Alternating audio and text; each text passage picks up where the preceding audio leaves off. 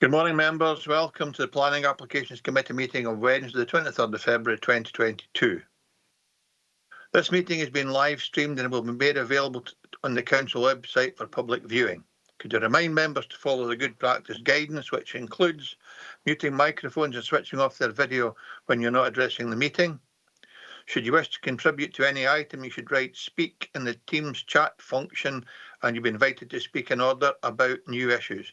Should your question or issue be raised by a previous speaker, please withdraw your request so that we deal with the business as efficiently as possible. The usual standing orders apply, including that any votes will be undertaken by a roll call. If any member has to leave the meeting for any reason, can remind you to either leave the Teams meeting for that period of time, or you could write leave in the Teams chat function and then join.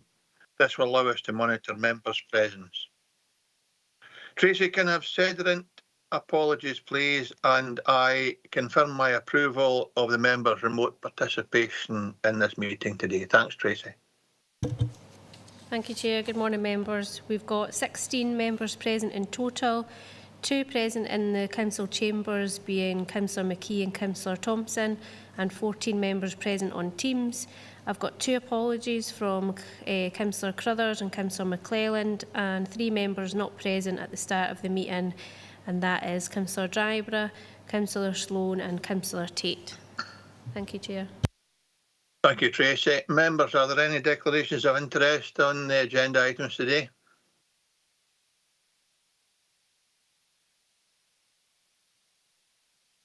Okay.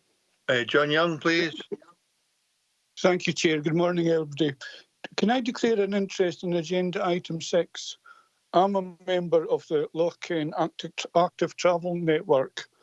It's a community group, and we presently have a funding application into Sustrans, which is being treated quite favourably for a cycleway from Parton to Christmichael to Castle Douglas.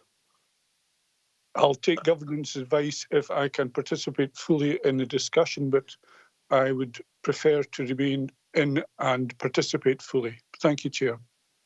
Thanks, John. I'll ask Tracy to advise, but it's normally up to the member whether he or she determines they have an interest that would preclude them. But Tracy, can you offer Councillor Young advice, please? Yes, thanks, Chair. Yeah, as you say, it's up to each member to decide whether they want to make a declaration. But if Councillor Young has had no predetermination of the application that's in the papers today, then we can simply just note he's got a declaration of interest, but he will remain to participate in that item. Thank you. John, that satisfy you? It does, Chair. Thank you. Thank you. Jane Maitland, please, and then Pauline. Thanks, Chairman. I'd like to declare an interest because I know one of the objectors in item number 4. Thank you. And Pauline, please, Pauline Drysdale.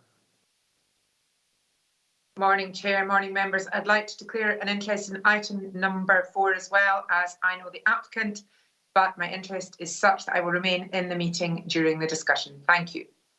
Very good. Thank you, Pauline. Any other members with declarations this morning? In that case, we move on to agenda item number 3, the minute of the previous meeting on the 26th of January 2022 for approval. Is this a true record? Are members happy with that? Agreed. Thank you. There's an echo somewhere, so if folks that are not speaking could switch off their mics, please, that would be helpful. Thank you. So minutes are approved. In that case, we move on to agenda item number 4. Tracy, before we get there, can you outline the procedure for today, please? Yes, thanks, Chair. The Planning Applications Committee will consider each application in turn as detailed on the agenda. The case officer or other appointed officer will make a short presentation addressing the determining issues, accompanied by digital images. Any late information, amendments or corrections will be reported at this time.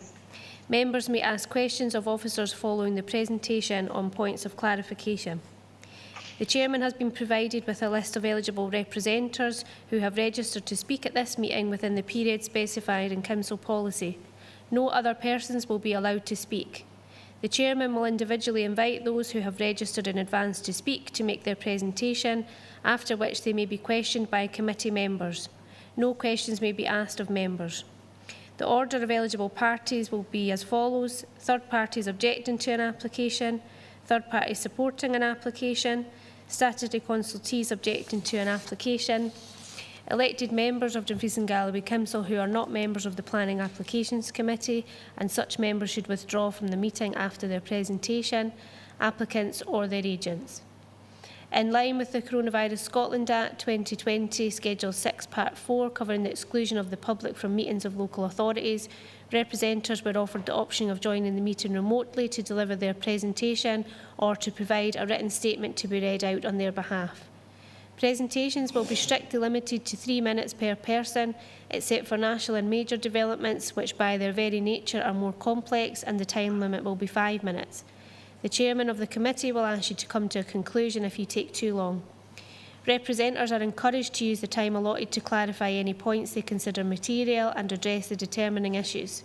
Certain matters are not normally material planning considerations and will not be taken into account by the Council when deciding on a planning application. Representatives should not raise any new matters without explaining why they were not raised earlier with the case officer. Please do not repeat what is in the report, as members will have already read the report. After all representations have been heard, the committee is then in formal session and no members of the public may address the committee. The Planning Applications Committee will then proceed to determine the application. Thank you very much, Tracy. Thanks for that. Members, that takes us on to the first agenda item number 4. I should tell you that the applicant, Mr. Gourley, will be invited to speak. He did register belatedly, but that was due to the fact he had experienced a power cut in his premises and couldn't register on time. So Mr. Gourley will address the committee via Teams, I imagine. So we have the case officer for the first application, Lindsay Little. This is an application for change of use of cattle shed to pig rearing shed, which is retrospective at Upper Ingleston, Money Ive, Thornhill. Full application, reference number 21/1482/full, and the recommendations to approve. Lindsay, will you take us through your presentation, please? Good morning. Thank you, Chair. This application is for the retrospective use of an agricultural shed previously used for the housing of cattle to a use now for rearing of pigs. It's before you today as there are more than 6 separate individual and timely received objections on material grounds. Planning permission is required in this instance as the permitted development rights do not allow development which is carried out within 400 metres of the curtilage of a protected building, which would result in the housing of pigs. Next slide, please. So that's the location plan. Next slide, please.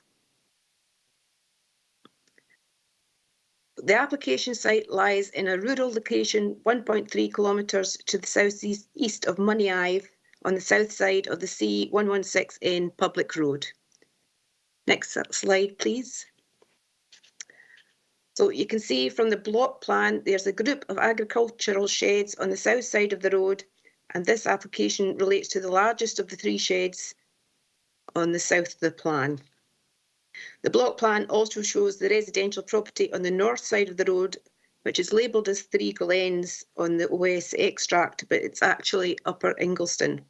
This dwelling house is in separate ownership and has no connection with the neighbouring sheds. Next slide, please. So that's just a floor plan of the shed. Next slide, please. That's the front elevation of the shed, which faces to the west.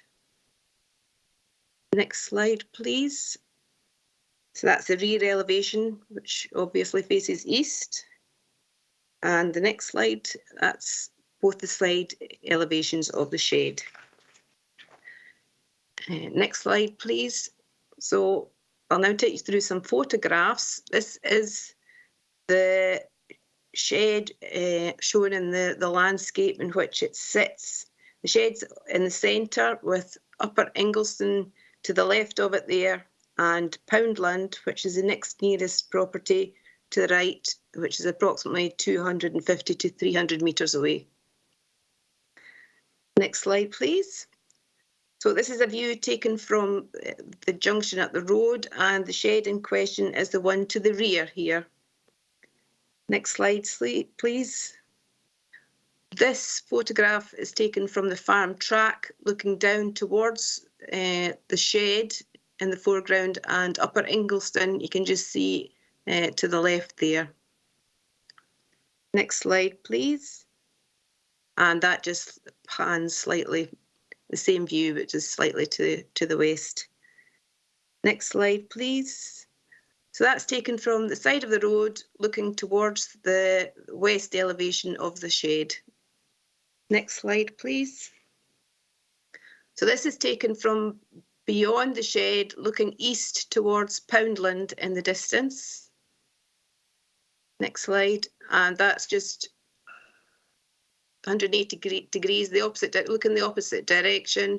That's Upper Ingleston on the right-hand side of the road, and the sheds are on the left-hand side. Next slide, please. Sorry, that's all the photographs, and this application is recommended for refusal. Thank you, Lindsay. Now questions for the case officer. Before that, just for anyone who happens to be listening to this planning application meeting online, Councillor Maitland has confirmed for the avoidance of doubt she is not participating in agenda item number 4. Okay, members, questions for the case officer, please. I have Ivor Hislop, please. Thank you, Chair. It's with relation to the legislation in 1.3. Now, if the building was built prior to, is it 1992, and did have the right to use as a pig shed, can we then implement the legislation retrospectively on a change of use?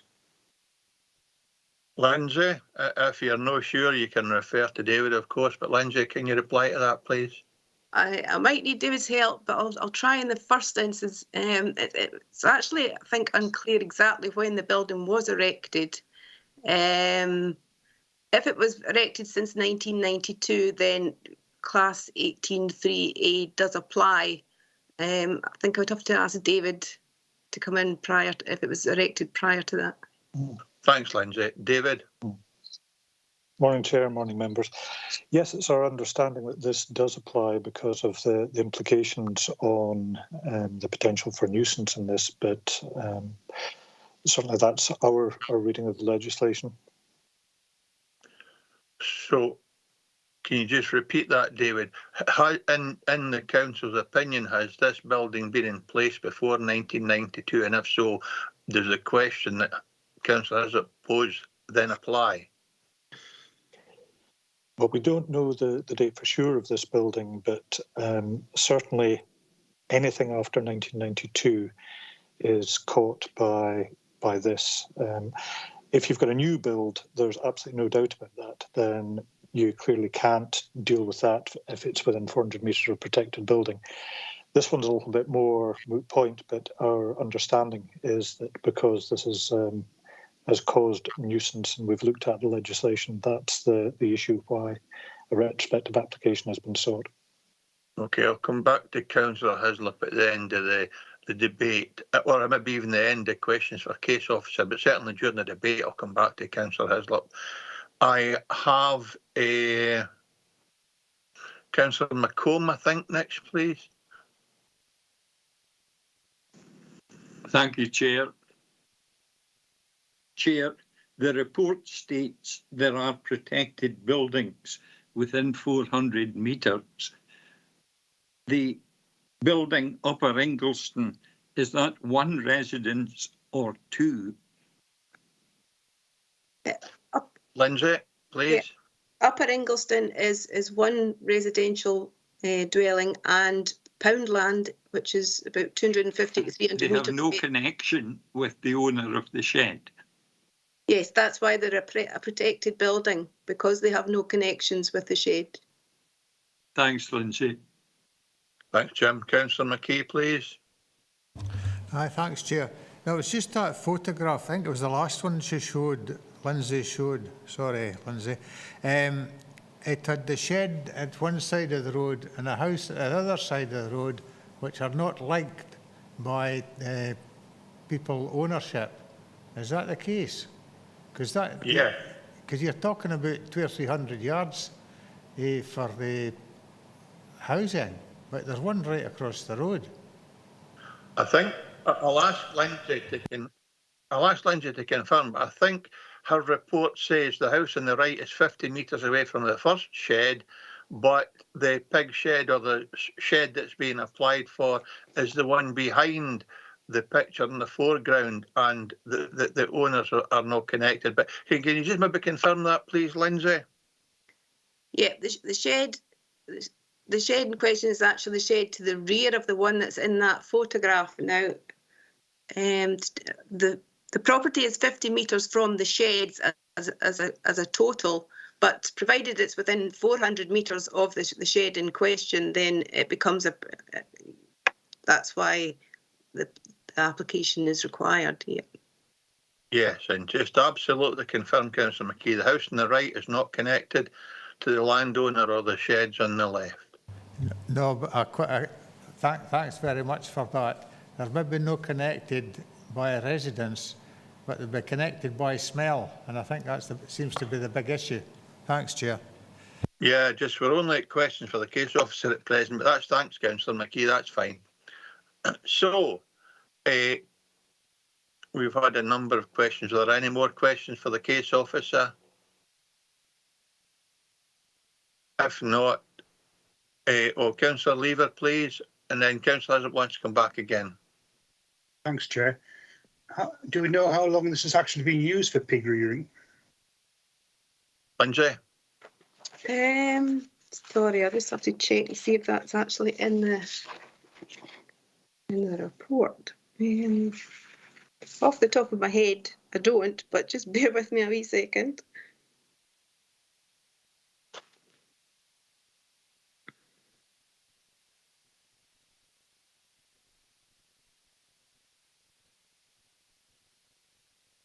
No, I haven't. It's not actually mentioned in the report. I'm not sure, to tell you the truth, off the top of my head. Well, we can ask the applicant in that case. In 1.4, it says in 2002 the shed was used to house suckler cows, but it doesn't go beyond that. So, you can ask the applicant who's registered to speak, Jeff. Thank you. Councillor Hislop, still questions for the case officer? Yes, it was just, I've maybe missed it in the report. There's a slurry ring at the back. Now, part of the thing says that you can't put anything that has a slurry or sewage storage. Does that come under this legislation, and should there be an application for it? Lindsay? Again, there's no record of when that slurry store was actually installed, for want of a better word. So it could have been that it was permitted development. There's no record of planning history for that. Thanks, Lindsay. I'm sure that's something Councillor Hislop can take up with the applicant again. Okay. Any other questions for our case officer? In that case, Lindsay, thanks for your presentation today. We have two objectors and the applicant wishing to address the committee. So first of all, 3 minutes for, other than agenda item 7, but 3 minutes for any objector's statement to be read out. The first is Wally Bolton, followed by Mr. Gordon Dickey. So Tracy, if you can confine your presentation to 3 minutes, please, and both representatives just whenever you're ready, please. Thank you, Chair. So first objection from Sally and Jeff Bolton. We live a little west of the pig shed and walk, drive and cycle daily past this shed. We object strongly for the following reasons. 1, noise pollution. The noise is very disturbing. Loud squealing can be heard at any time from our house. I have never heard pigs make so much noise. 2, effluent pollution. As we always have a lot of rain, the effluent flows down from the pig shed onto the public road and lies parallel to the shed. When you travel along the road, this smelly liquid gets everywhere. It then stays with you until you can wash it off. 3. Smell pollution. If you are downwind, the stretch of the pig shed is very strong, very unpleasant and every day. Living in the countryside comes with farm smells and noises, and that's part of the course. But this is very unpleasant, indeed and upsetting, and this is why we're objecting. And the second objection is Gordon Dickey. We live at Poundland Farm, which is 250 metres to the west of the pig shed. We object strongly for the following reasons. 1. Smell pollution. We are downwind from the shed, but stench of the pigs is so strong that it affects us almost regardless of the wind direction and time of the day and night. Last summer it prevented us opening the windows in the house and enjoying our garden. 2. Noise pollution. Very loud and disturbing squealing can be heard at any time, not only when the pigs are being fed. 3. Effluent pollution. During heavy rain, effluent flows down from the pig shed over the public road, which lies directly to the north of the shed, through the paddock, beneath the road and into the stream which runs through our farm and several other farms to our east, providing water for grazing animals. The overall effect of the piggery has been extremely distressing for ourselves and the occupants of Upper Ingleston Farmhouse who are directly adjacent to it. That's them finished, Chair. Thanks very much, Tracy. Okay, no questions for them because they're simply written statements. We now come to Mr. Gourley. If Mr. Gourley, the applicant, is with us, hopefully Mr. Gourley can join. Yes, good morning, Mr. Chairman. Morning, Mr. Gourley. We have a procedure. You will be invited to address the committee. The opportunity will last 3 minutes. I'll remind you with 30 seconds to go to draw your presentation to a conclusion. And at the end of your presentation, if you'd be kind enough to wait in case members have questions for you, I'd be very grateful. So just whenever you're ready, sir, thank you. Of course, well, just to answer a few of the questions that have come up, the shed was built between 1960 and 1970, so a long way before 1992. The house in question at Upper Ingleston Farm, that used to belong to the farm, and it was then given before our ownership to the old farm manager, and then Mr. Aldridge, who lives there now. Mr. Gourley, you would have got these questions at the end. You've got 3 minutes to address the committee on points you want to raise, and then the members will ask you questions afterwards. Apologies. The main reason for the objection seems to be the unduly adverse impacts that the housing of pigs within the application site would have on the residential amenity. In response to this, I would object to say that both of the houses in question at Poundland and Upper Ingleston are registered farms with farm codes, and I question whether that has the same implement as being a residential dwelling house as their farms as set themselves. Mr. William Jackson, the Environmental Health Minister, said he'd been out several times, but in the correspondence he has never stated that he had smelt a bad smell on any visit. All he has stated is it is likely that the development will have an adverse effect on the amenity. The fact that he's been out several times and not encountered any adverse smells to write about, does that not highlight that we are having effective management at controlling the smell? I do not feel that it is just grounds for Mr. Jackson to object because the pigs are likely to smell, if in fact he has no evidence to suggest that they are. The deep straw bedding system and modern cleaning practices dramatically reduce any smell of the pigs. The pigs in question are all compliant with the very highest welfare standards, SPCA, MS, QMS, GAP. They are routinely audited quarterly to ensure the standards are upheld because they're antibiotic-free pigs. There's been no objection from any other regulatory body other than Mr. Jackson. The pigs, we have to make a conscious effort on farming in Scotland to reduce the use of chemical fertilizers. If Scotland is going to reach net zero, we need to increase the use of animal manure on the ground. The pigs provide the best quality manure for ground for growing crops for the cattle and the sheep. We employ 2 full-time members of staff and 2 part-time members of staff to look after this shed. One is an 18-year-old leaver from Sanker School who has taken greatly to looking after the pigs because we also have sheep and cattle, so we're giving a diverse range of skills on the farm. Furthermore, we've bought a new telehandler, a tractor and a straw chopper from Dumfries suppliers to look after these pigs, all of which help put money back in rural businesses in Dumfries. And I think that it's important to note that farming is not the same industry it was 50 years ago, and it will not be the same industry in 50 years' time. Rural businesses have to be able to adapt and change and move with the times. There is a strong demand for pigs in this country, and there is not the money that there is available in sheep and cattle that there was. And we want to try and give individuals jobs, but we need to be able to adapt to market conditions. The subsidies are moving away from agriculture, as is well documented. And if we don't find ways to make money in rural environments, then it's going to be a very difficult future. 30 seconds to go, sir. My final point is, if the environmental health officer has no evidence of the smells from his several site visits and the pigs are fully compliant to the highest welfare standards, I would argue that on what justifiable grounds can it be objected? Thank you, Mr. Chairman. Thank you very much.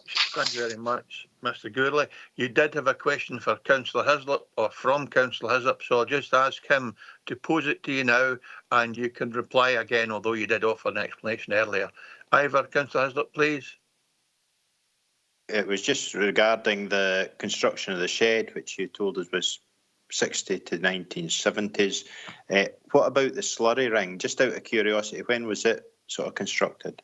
So the slurry ring has a planning grant conditionality reference number 03P30440. So it was approved through the Dumfries and Galloway Planning Authority. When was that, Mr. Gourley? In 2003. Thank you.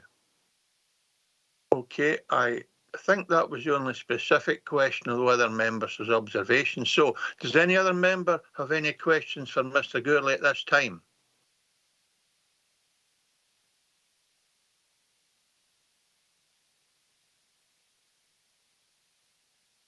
It would appear not. Mr. Gourley, thank you for being with us today. Thank you for your presentation and thank you for responding to questions. Chair. Members, we're now in session. Chair. Oh, who's that? It's Jeff Lever. Oh, sorry, Jeff. I didn't see your hand, or I've not been notified. But yes, sorry. Right, Jeff, Councillor, if you're still there, Mr. Gourley.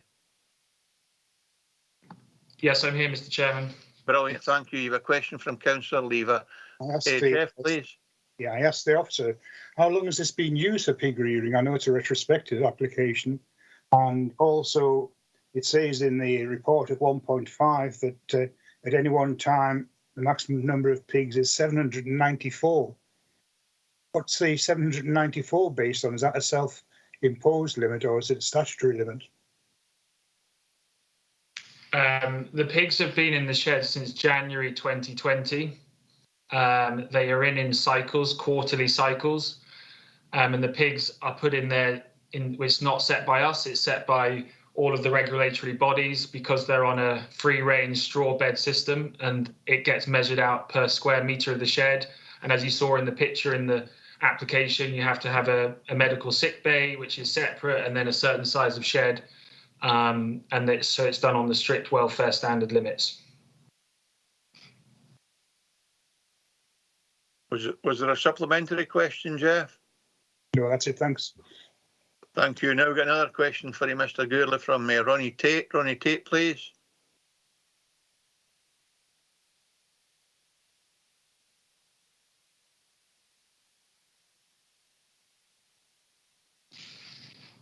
Sometimes a delay on My fault. Sorry, I'll start again, Mr. Gourley. Is the pigs in the shed all year round? Are they in the shed all year round? Or is it sometimes when the shed is empty? Yes, the shed is not. They're not in there all year round. There are periods where the shed is empty when the shed is then restocked because we have to, again, it has to be fully disinfected, cleaned. The manure is taken out onto the hill to be put into the allocated manure piles. Inspections are carried out. And it is in a difficult cycle, as is well documented in the press, that there is a shortage of pigs getting slaughtered. So we have to be very, very strict on when they go out at certain sizes, etc. So no, the pig shed is not used every day of the year. There is cleaning out times. Thank you. Thanks, Councillor. Okay. Any other questions for the applicant?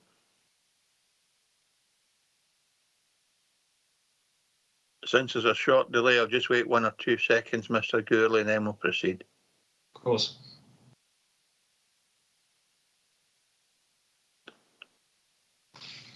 Okay, this time, Mr. Gourley, thank you for being with us today and thank you for your presentation. Members are now in session.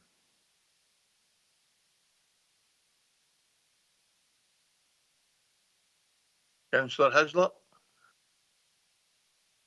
Chair, Mr. Gourley in his presentation claimed that the 2 properties that are deemed protected buildings both have an agricultural holding number.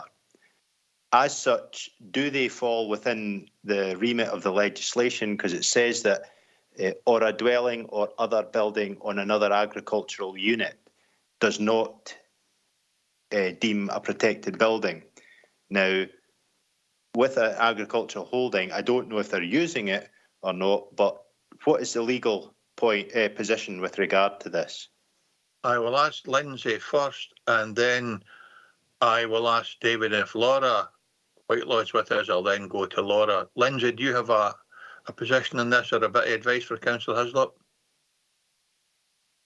I only have what's actually in the report, which does specify a protected building means any permanent building which is normally occupied by people or would be so occupied if it were in use for the purposes for which it is apt, but does not include a building within the agricultural unit or a dwelling or other building on another agricultural unit which is used within the connection of agriculture. And that's what Mr. Gourley is claiming, that these 2 buildings would fit into the grouping that do not qualify since they are registered as agricultural in an agricultural setting. So is there any way we can confirm this today? If you can, Lindsay, maybe David can help. Chair, in short, no. What Lindsay said is absolutely correct. Well, there's a couple of things. The supporting statement which the applicant put in, and I will read from it, says the shed in question has been up on Ingleston Farm for at least 30 years in its current state. Now, I'm long enough in the tooth to remember when the legislation changed in 1992. Before that, all agricultural buildings were permitted development. If we're now hearing that the building is some 50 years old, which is different to what they put in their supporting statement, then that does open up a number of issues in my mind. And furthermore, that also the issue about whether or not it's an agricultural holding would also have some bearing on that. Or the application has been sought on the basis that the property was within 50 metres but were not agricultural units. So with respect, Chair, I would suggest that there's so much doubt about these 2 important issues. Could I ask that the application be deferred so that we can check those matters out? It's not the sort of thing we can do during the meeting, unfortunately. I think that's really helpful. I think maybe what we should bottom out is if we want any other further information before this is brought before us, for example, in the slurry, a container or pen, and whether or not that fits and where that fits in the context of the application. That I can confirm, Chair, because I was looking that up just as it was being talked about. So, yes, there is indeed a permission which was granted on the 26th of August 2003 for the formation of an above-ground slurry store. That obviously predates the e-planning system, so we don't have plans online for that. It's too early for that, but being able to go back and just look through reference numbers is 2003. So that is correct.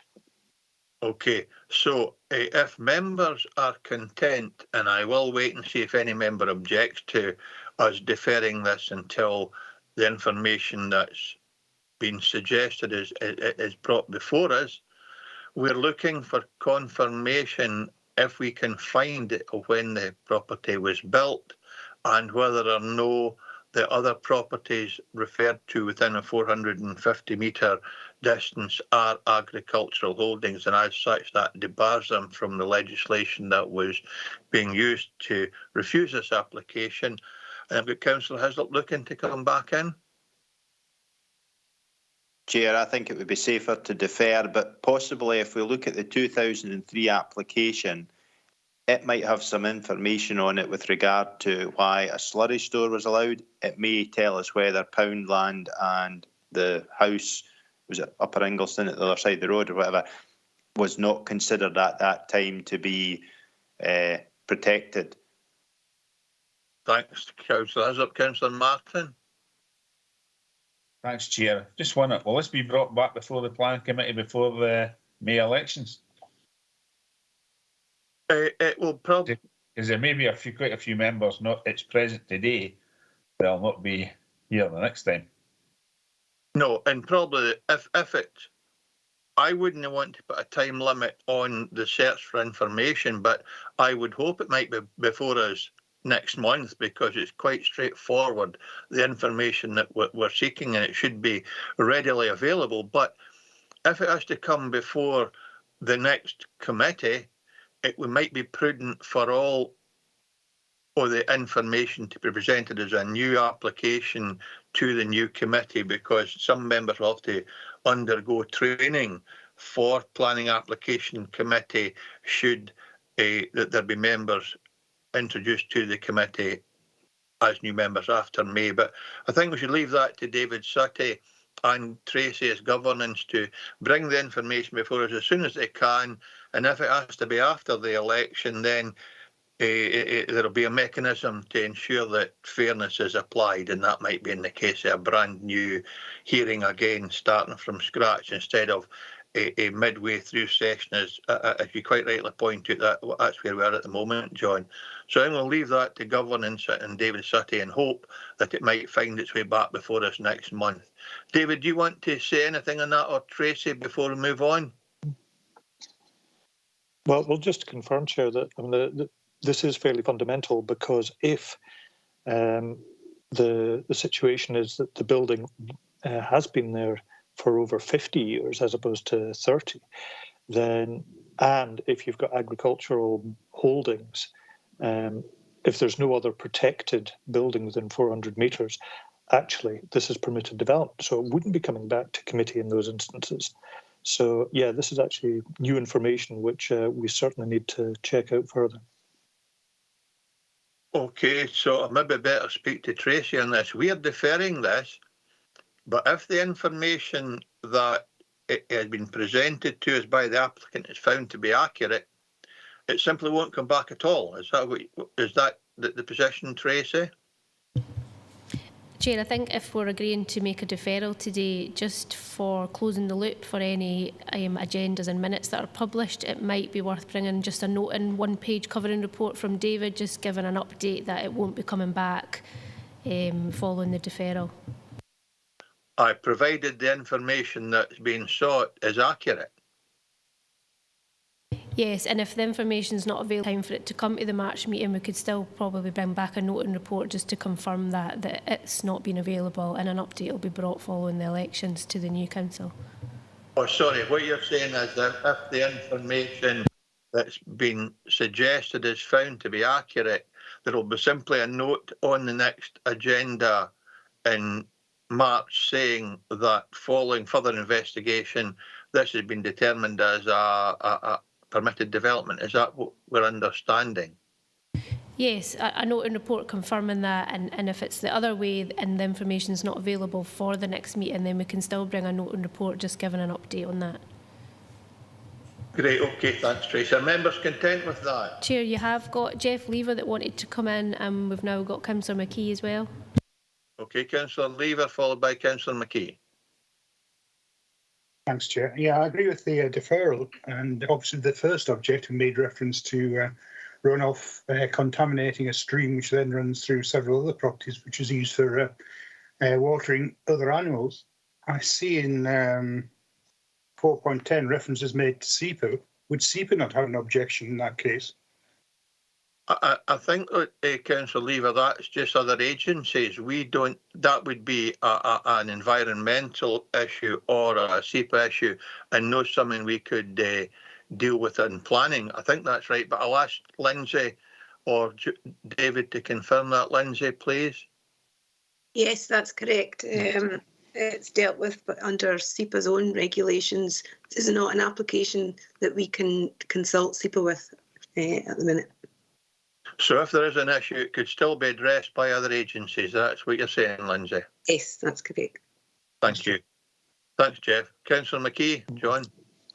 It's okay, Chair. I'm quite comfortable with the deferral. Thank you. Okay.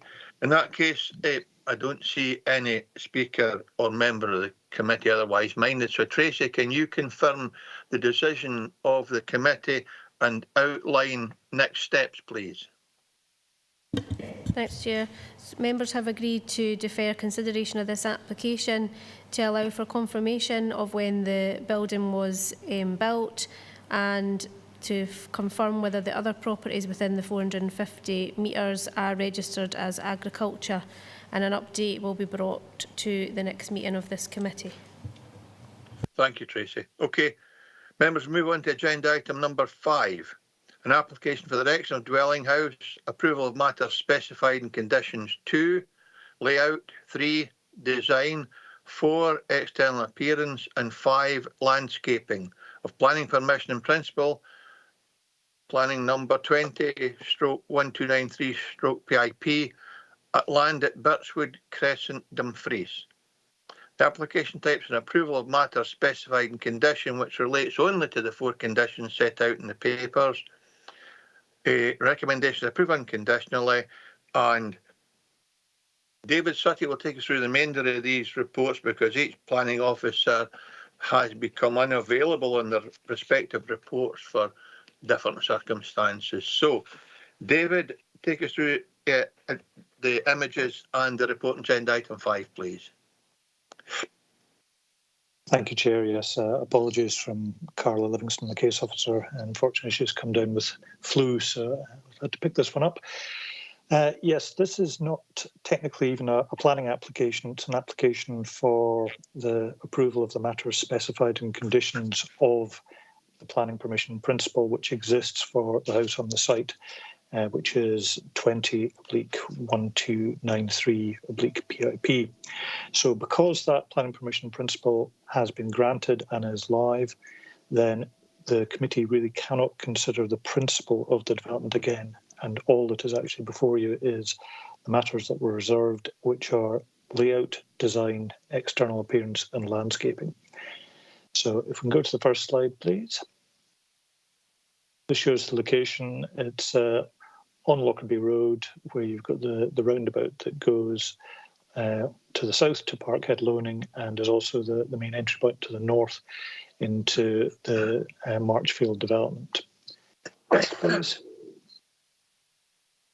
This shows there's an application for the house to the north, which is presently undetermined, but you'll note that they both share an access of Burstwood Crescent, and the application site is the house on the southern side. And next slide, please. You can see it's a standard 2-storey design, very similar to the storey house styles nearby within Marshfield. Double garage, access to the rear. Sorry, you can go on to the next one. Yes, thanks. That just shows the floor layout. The next slide shows the building connection. There are some changes in levels, but that's covered in the report. You'll see there's a dike which runs around the perimeter of the land where it comes onto the roundabout. So we're satisfied that the levels are such that it's not going to cause any amenity issues. So next slide, you can see that's looking as you're going out of Dumfries towards the Peel Centre, and the site is there on the left-hand side. Next, please. Looking back down the other way, going into Dumfries, the site's now on the right, and again you've got the dry stone dike that's enclosing the site. You can see the levels in relation to the road and also the neighbouring property.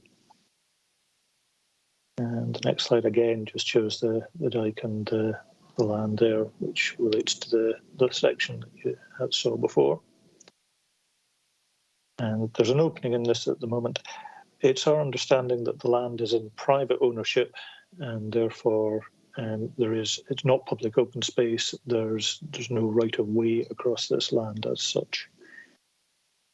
And the next slide is just taken within the site and looking towards the neighbouring properties. Again, you can see the slope which does exist across it that would be addressed as part of the proposal. And the final slide is just again showing the entrance at Burstwood, Crescent, where you go into Marshfield. Now, one of the key issues which has been raised as part of the objection is really to do with the potential for a cycling route, which is obviously something that we want to encourage. That said, this development here has got planning permission in principle, so we really can't look at that issue again. And you'll notice in paragraph 410 that the Council's team leader for network strategy and road safety has confirmed that this is not included in the Council's list of proposed active travel routes.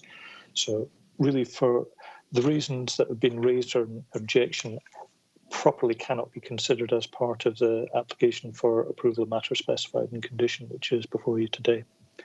Happy to answer any questions, Chair. Thanks.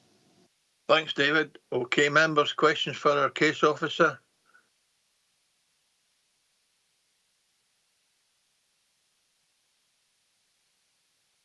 John Martin, please.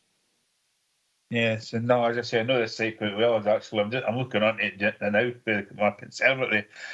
David, is that dry stone dyke? Is that going to be retained as it was a project for the kids for Dumfries High School?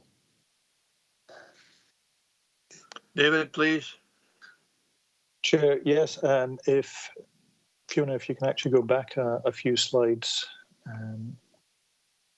and the one that shows the block plan is probably best.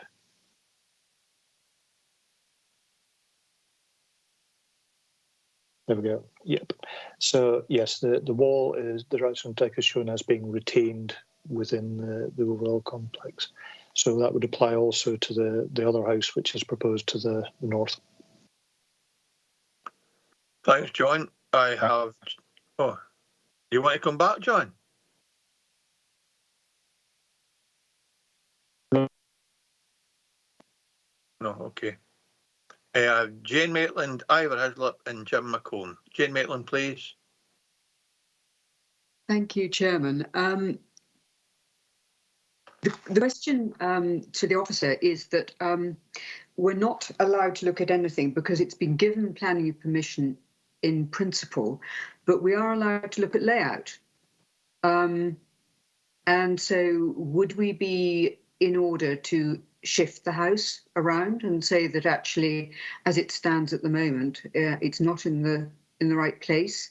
Or are we constrained by the whole site having been given planning permission in principle? So we wouldn't be able to say, well, part of it should be put aside for active travel. That's the first question. And the second question, Chairman, is about the active travel issue. I mean, does it matter that it's not in the Council's active travel routes as specified, because our policies are quite clear that we should be looking at making sites accessible to particularly to cycling and walking, and making certain that there is good linkages. So I'm a bit concerned about this. So I would be very grateful for some help on both of those questions. No bother, Jane. I'd worry if we were doing retrospective things to an application that's been approved. But to David, can you help Jane with them questions, please? Thank you, Chair. Basically, if you do have to determine the application that's before you, if you consider that the siting of the house as proposed is inappropriate for some reason, that it's unduly visually prominent or something like that, that would be a legitimate ground. Obviously, as officers, we don't think that is the case. But if you're wanting to add a link through for something that wasn't required by the planning permission principle, my advice is that no, you cannot do that at this stage. In terms of the other question, yes, obviously we do want to encourage sustainable transport. The comment in 410 is equally that there's a new pedestrian refuge island has been installed on Lockerbie Road and Stoop Roundabout. So things have gone in. I think where there's nervousness on my part is that the planning permission principle has been granted. Really, you're looking at a limited scope of things which you can consider today. And I don't think it is appropriate to try and put things in by condition or even to refuse it on the basis that it doesn't involve that. Just a reminder again, this is private land, it's not public open space, and therefore I don't think you could require or insist that a route be taken through it at this stage of the process, I'm afraid.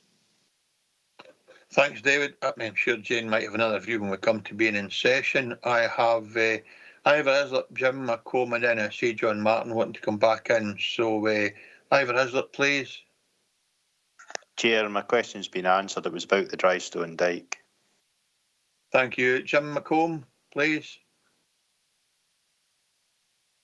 Thanks, Chair. The Council Roads Officer indicates no objection subject to conditions relating to access and visibility. Have these conditions already been met in the previous application, David? David?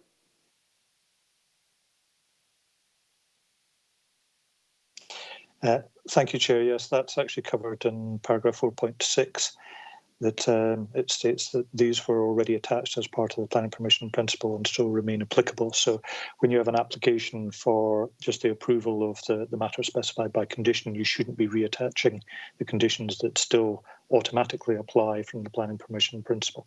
So right. Yes, they are attached, but they're still valid. The conditions are still extant. Yes. That's correct. Thanks, Jim. John Martin, please. Just going to say that the pavement of that on the other side of the road from the application site is suitable for cycling. There's drop curbs and that all the way along. You see cyclists on it quite a lot. Actually, on the other side of the road for this on Lockerbie Road, there's actually a bus stop as well. So it's only a bus stop about 50 yards away, and the pavement on the other side of the road is suitable for cycling. Thanks, John. Okay, so if there are no other questions for our case officer, we have 4 objectors, all statements. Tracy, 3 minutes for each one, please. Name the people you're reading the objection from, and we'll come back when you've completed your presentation. Just whenever you're ready, Tracy. Thank you. Thanks, Chair. First one is from Sally Hinchcliffe. Cycling Dumfries do not object to the building of this house. The issue is merely about retaining a small amount of land around the perimeter. This would enable the cycle track along Burstwood Drive to be extended to connect to the new path through the Parkfield playing fields, thereby connecting the Marshfield estate to Noble Hill School, the primary school that serves it. We note that the committee report states that the site is not included on the Council's list of proposed active travel routes, but this raises more questions than it answers. For instance, the Council is currently in the middle of a public consultation over its active travel strategy. Surely it is premature to close off the option before the consultation and the resulting active travel strategy and delivery plan are completed. We also asked whether the list of proposed routes is published anywhere and which stakeholders were consulted in drawing up and prioritising the list. What criteria was used? What status does this list have? And was it approved by a committee? What is the process for proposing new routes to this list, and how is it kept up to date, for instance, as new housing is built?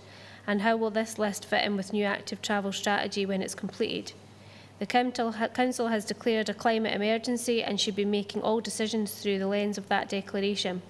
The Scottish Government has also recently announced a policy to enable all children who live within 2 miles of their school to be able to walk, wheel or cycle there safely. It therefore seems short-sighted to prevent the future construction of a safe route to a primary school for the want of retaining a very small strip of land at the perimeter of both this house and the one adjacent to it, which is also up for planning permission.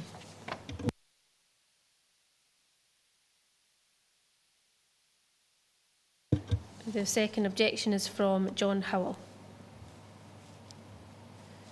The first point I would like to highlight is the lack of continuous cycleway between the Marshfield Development and Noble Hill Primary School. Approximately 2/3 of the Marshfield Development site falls within the catchment area for this school. See the plan of the catchment area supplied to me in the email by Education last month. Fiona, could you please put that up on the screen for members? Unfortunately, there was no consideration in the Marshfield Master Plan of how children living in this area could safely cycle between their home and school. The ability to do this should be fundamental to all new developments, particularly one of the size of Marshfield. Being able to do this would reflect many council and national policies. The Marshfield development includes off-road cycle paths along its main roads, at the southern access to the development from the Stoop roundabout at Lockerbie Road. This provision ends at the Marshfield site boundary. This is only about 80 metres from the Stoop roundabout. In 2019, Swestrans and the council spent significant money building a cycle path across Parkhead playing fields. This created a route for cycling between Lockerbie Road and the Stoop roundabout and Noble Hill Primary School, and therefore Annan Road. Presumably the purpose of this path was to cater for cycle and pedestrian movements between these two roads. At the Lockerbie Road end, this would include movements to and from Marshfield. Evidence of the demand for this movement is the more recent installation by the council of a new pedestrian refuse island on Lockerbie Road and the Stoop roundabout. One has to assume that this was in response to increased pedestrian demand to cross here when walking between Marshfield and the new path across the playing fields, i.e. when going to and from Noble Hill Primary School and Annan Road. There is only a very short gap in the potential continuous cycle route between Marshfield and Noble Hill Primary School and Annan Road. This is for about 80 metres on the north side of the Lockerbie Road at the Stoop roundabout, along the frontage of this proposed property and the adjacent application. It is also very disappointing that the grounds of objection from the objectors are summarised in such a minimalist way in the report, for example by comparison with the summary in the next report regarding proposed house at Crossmichael.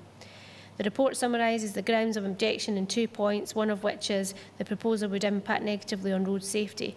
My objection includes specific road safety concerns about a new pedestrian access from this application site onto Lockerbie Road, which wasn't included in the original application, and concerns about vehicle-cycle conflict interaction at the access.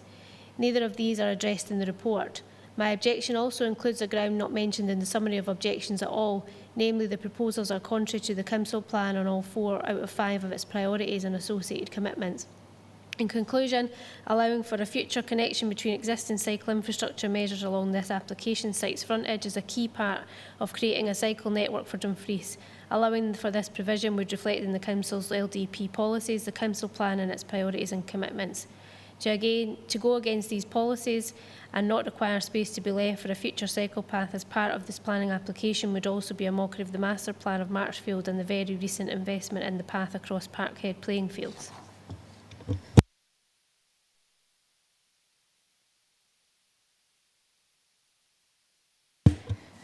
The next objection is from Laura Moody on behalf of the Scottish Green Party. I recommend to the committee that you discuss the postponement of the decision of this application until a new active travel strategy consultation is complete and agreed. An associated delivery plan for that strategy has been agreed by the Council. I would like you to consider the following issues. If full permission is given for the development, the opportunity will be permanently lost to construct a very short link between cycle routes to the north and south of Lockerbie Road at the Stoop. This very short link would provide safe cycling access from the Marshfield area to Noble Hill Primary School, shops on Annan Road, green spaces and much more. This short link would connect the network of cycleways in the Marshfield development area to the new path across Parkhead, Noble Hill playing field, funded, we understand, by Swestrans and the Council.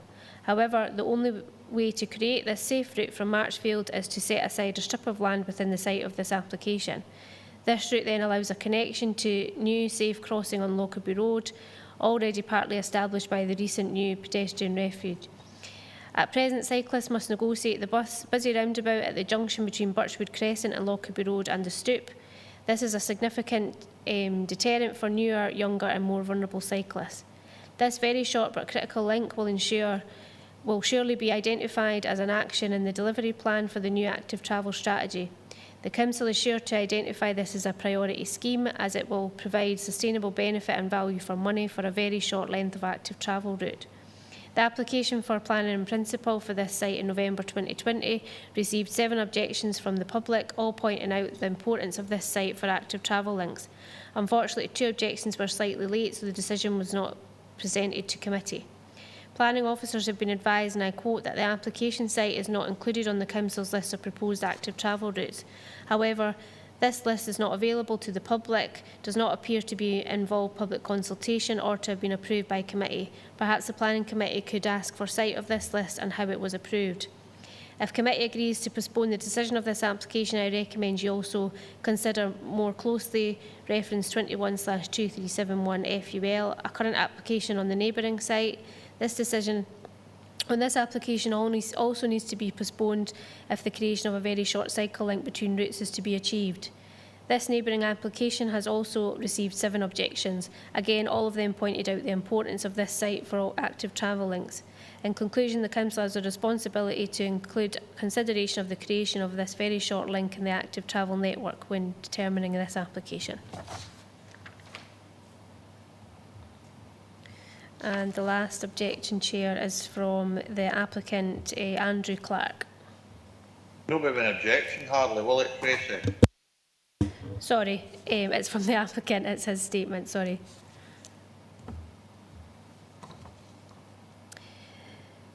The planning application is an application for approval of matters specified in conditions in relation to an earlier approval for planning permission in principle. The matters relevant, therefore, for this application relate to design and layout of the house. The principle of a dwelling house on the site is already accepted. There is no right of ways associated with the site, nor any aspect of the site as public, open or usable space. This site is purely private land in the ownership of the applicant. Any suggestion otherwise is incorrect. Mention is made of existing boundary treatment, and however, this was a community project paid through the People's Project and not formed or carried out by the applicant. The application has been provided with no objection from the Roads Department and recommendation for approval from the Planning Case Officer. I therefore request the committee to approve the application as recommended in the committee report. Thanks very much, Tracy. As these are all statements, we are now in session, members.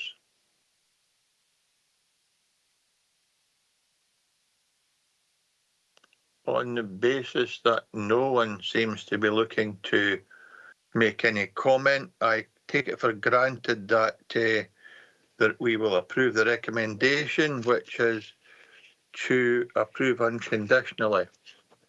Members happy with that? Oh, Councillor Thompson and Councillor Maitland first, and then Councillor Thompson. Jane Maitland, please. Thank you very much indeed, Chairman. Yes, I mean, I actually defer to local knowledge, and particularly if John is actually looking at the thing, as to whether or not it's in fact possible to cycle around round the footway already. I think I understood him to say that, but I might have picked that up wrongly. I just think it's such a pity that we didn't think about this earlier, and I would ask the officers whether or not we really do consider active travel as part of our policy. Is it part of our policies to be able to really consider this in the future? Because this is we're going to come up against this sort of problem, I think, more than once. In fact, we might even be coming up against it in the next 5 minutes. Generally speaking, Chairman, I don't think we've got any leg to stand on, because we've granted it planning permission in principle, and I think it will be very difficult to do anything on the basis of our current arrangements.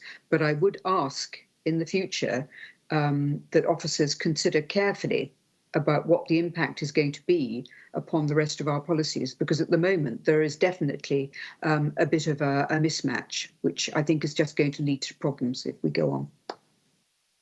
Thanks, Jane. And I take it as given that that was an observation and that you're not objecting to that. Well, you said we have no leg to stand on, which I presume means you don't want to object. Councillor Stephen Thompson. Stephen, please. Thanks, Chair. Yeah, just in a similar vein, I mean, I have a great deal of sympathy for those who want to see the development of active travel routes and so on. And I suppose our domain as a council is mainly within the public realm, of which there's quite a lot of in terms of the roundabout and roads around that, and maybe there's something to be looked at there in future. But obviously, Councillor Martin's can see it from where he's at, and I'm aware of the area as well. So there's obviously measures in place that do allow some form of active travel to some level. And at the end of the day, we've got planning permission in principle here, and it's private land. So while there's a lot of talk about the active travel plan, etc., and there does seem to be a concern about how accessible the list of active travel interventions or sites, how publicly available that is, maybe that's something that we do need to look at. But as Councillor Maitland said, you know, we've already got planning permission in principle. This is the Planning Applications Committee, and it would be unreasonable, I think, at this time to put some kind of difficult condition on a private developer's land for something that we, at best, is a principle for the future rather than something concrete for the present. So I would support the application as it is. Thank you. Thanks, Stephen. I'm grateful to you. And there's obviously been made mention on countless times the need for the planning department to look at active travel as part of the consideration as we move forward. So I'm hoping that's not what the debate will be in the next few seconds, because I've got Councillor McKee, Hislop and Martin to speak in that order. David McKee, please. Thanks, Chair. And given that the application was done two years ago, things change over time, you know. And active travel has become more important to the area. And I think we should consider it. Now, you look at the map, page 25, there's broken lines at Parkhead Loaning, which I would take as a footpath through there to the playing fields. And if my memory is correct, that is close to Noble Hill School. It's a way of getting across the road and across to Noble Hill School without going down main roads and things like that. And to develop that, I think, would be a good way forward. But I think, fair enough that the planning application has been agreed, but I think if there's things change, these should be taken into consideration when we're considering these additional applications. And I don't think it would do any harm to look at the public right-of-way and cycling and things like that. Thanks, Councillor McKee. But David Swiftey was quite clear that this is the application site is not a public right-of-way and it has no access to private land. So I'm hoping that I brought the discussion on active travel to a conclusion, because that's why we're discussing this application today. Sorry, Chair, I was looking further afield than that. I was looking across the road and access right through to Noble Hill. Sorry. Yeah, that's fine. Cheers, Joe. Thank you. Councillor Hislop and then Councillor Martin.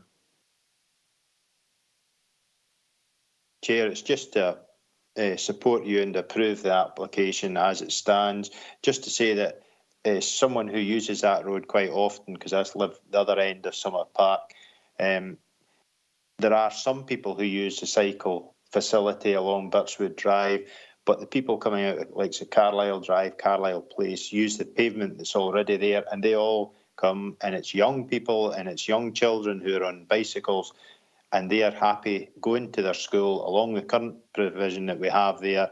And we've also enhanced that by putting in the new island at Lockerbie Road. So I think what's there is sufficient. We've also seen the government change legislation to protect cyclists. So I think there's sufficient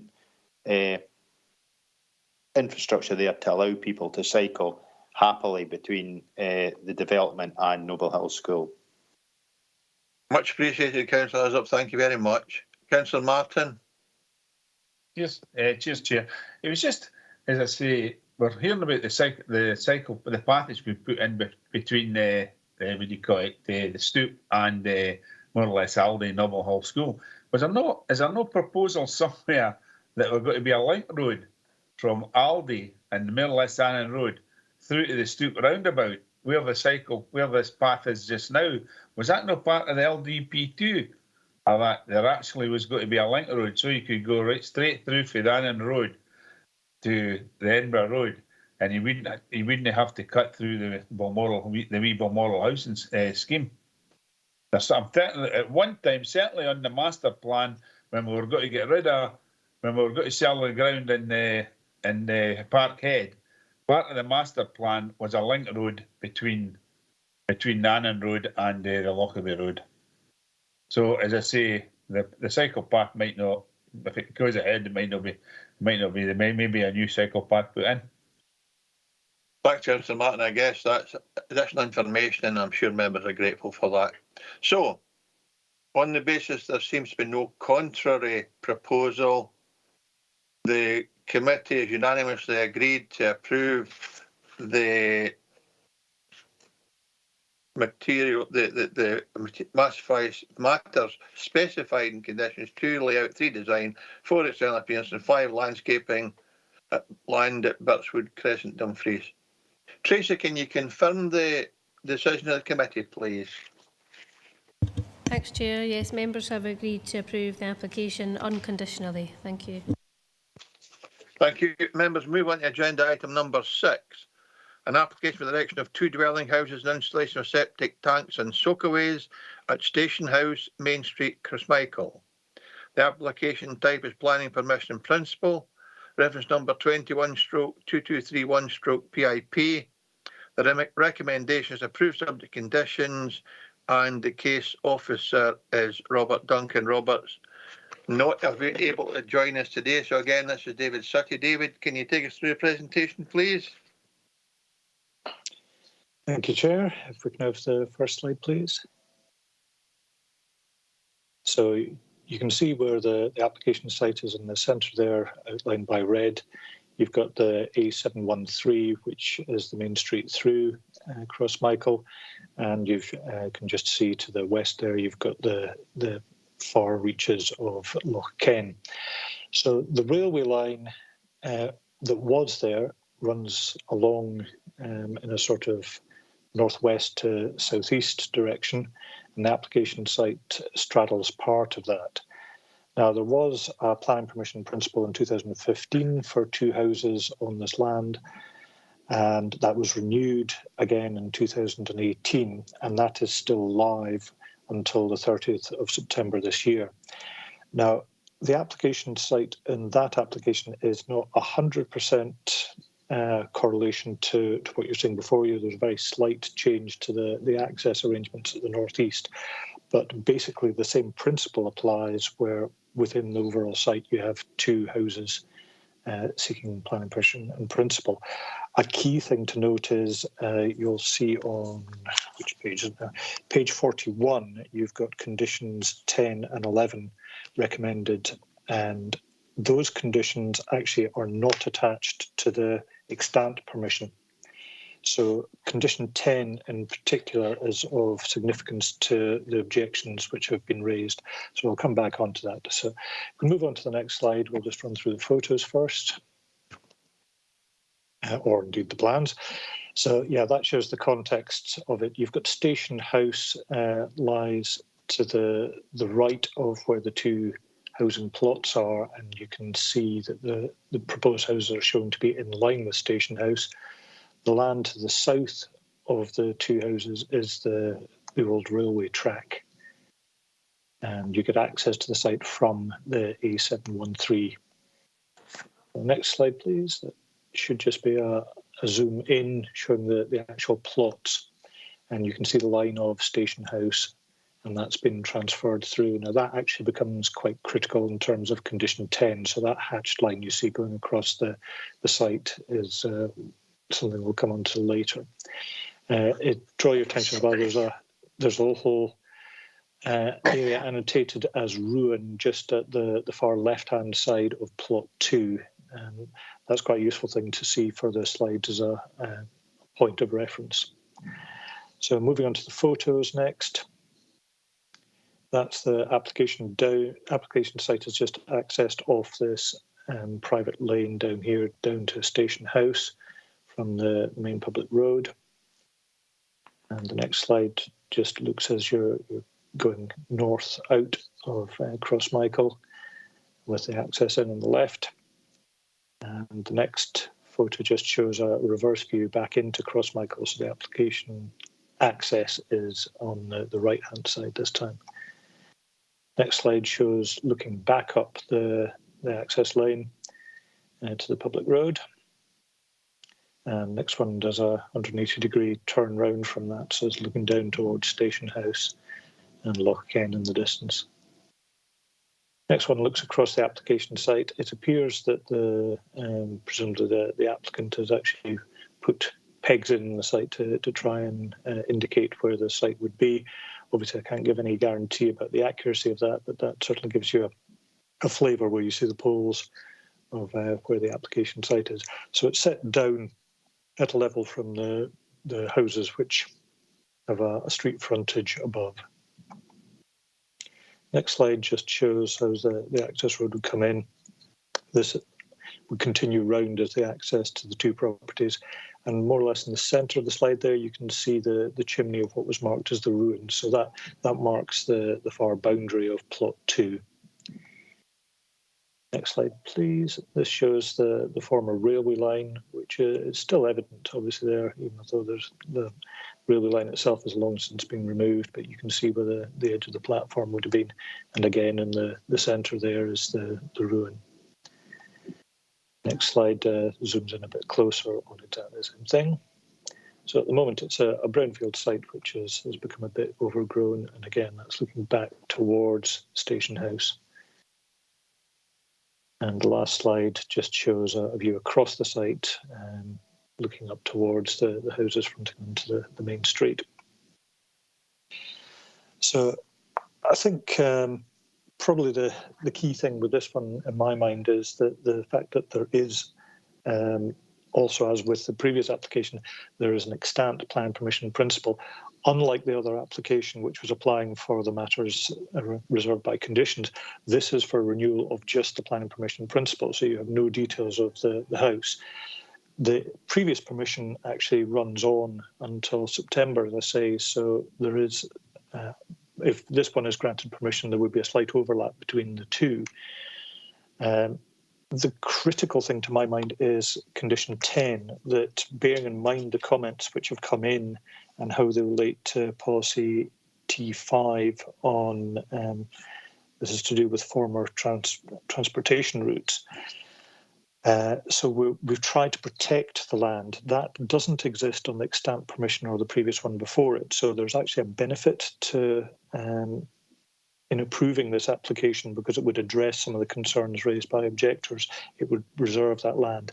In all honesty, I would have to say, as you can see from page 33 of your agenda, which shows the location plan, I think the chances of a railway going back on this particular site are remote, to say the least, because you have Rowan Park Crescent now in existence.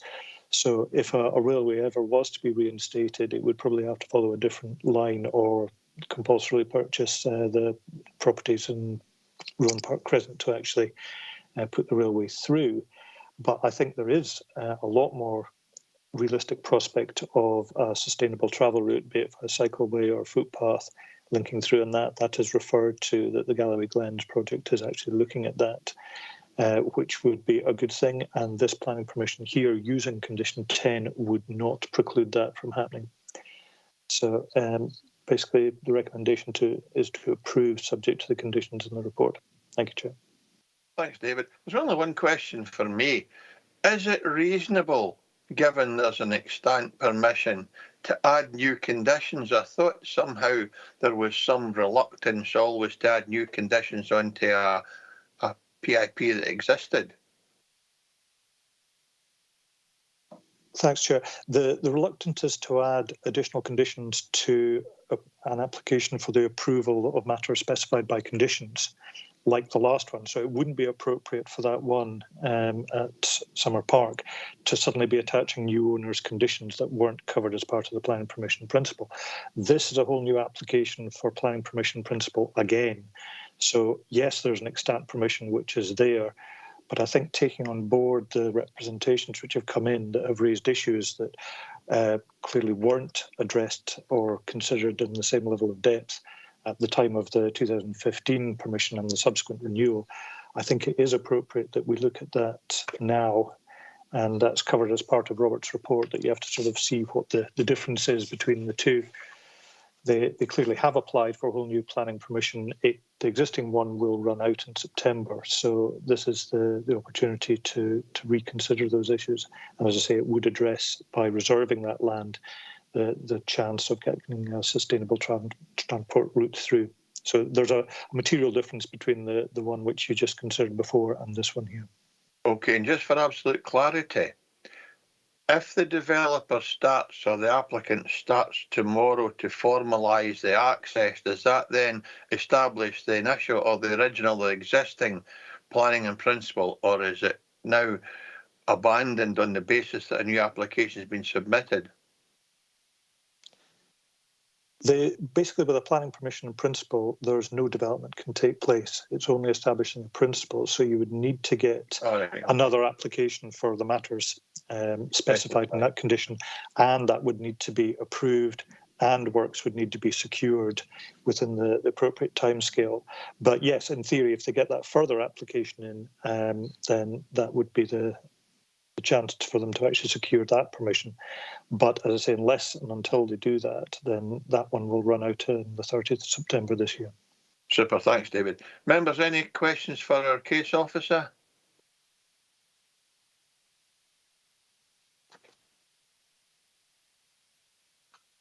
Can I come in, Chair? John Young, yeah, certainly. Thank you, Chair, and thank you for that presentation, David.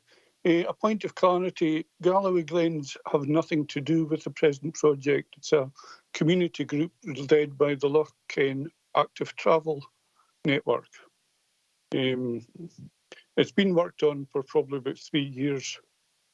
So could I just ask, with reference to Condition 10, could the new owners refuse any development of a walkway, cycleway, even with Condition 10 in place? David? That gets into land ownership issues, which are not really a planning issue, but presumably the same would actually apply just now. My apologies if I got who's proposing this wrong.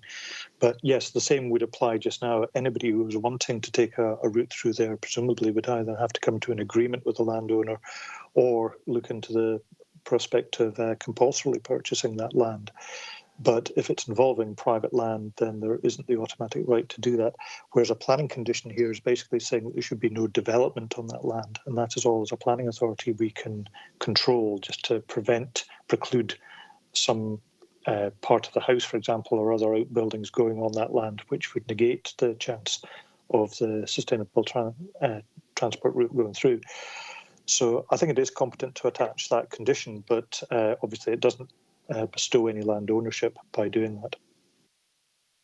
Thanks, John. Councillor McKay.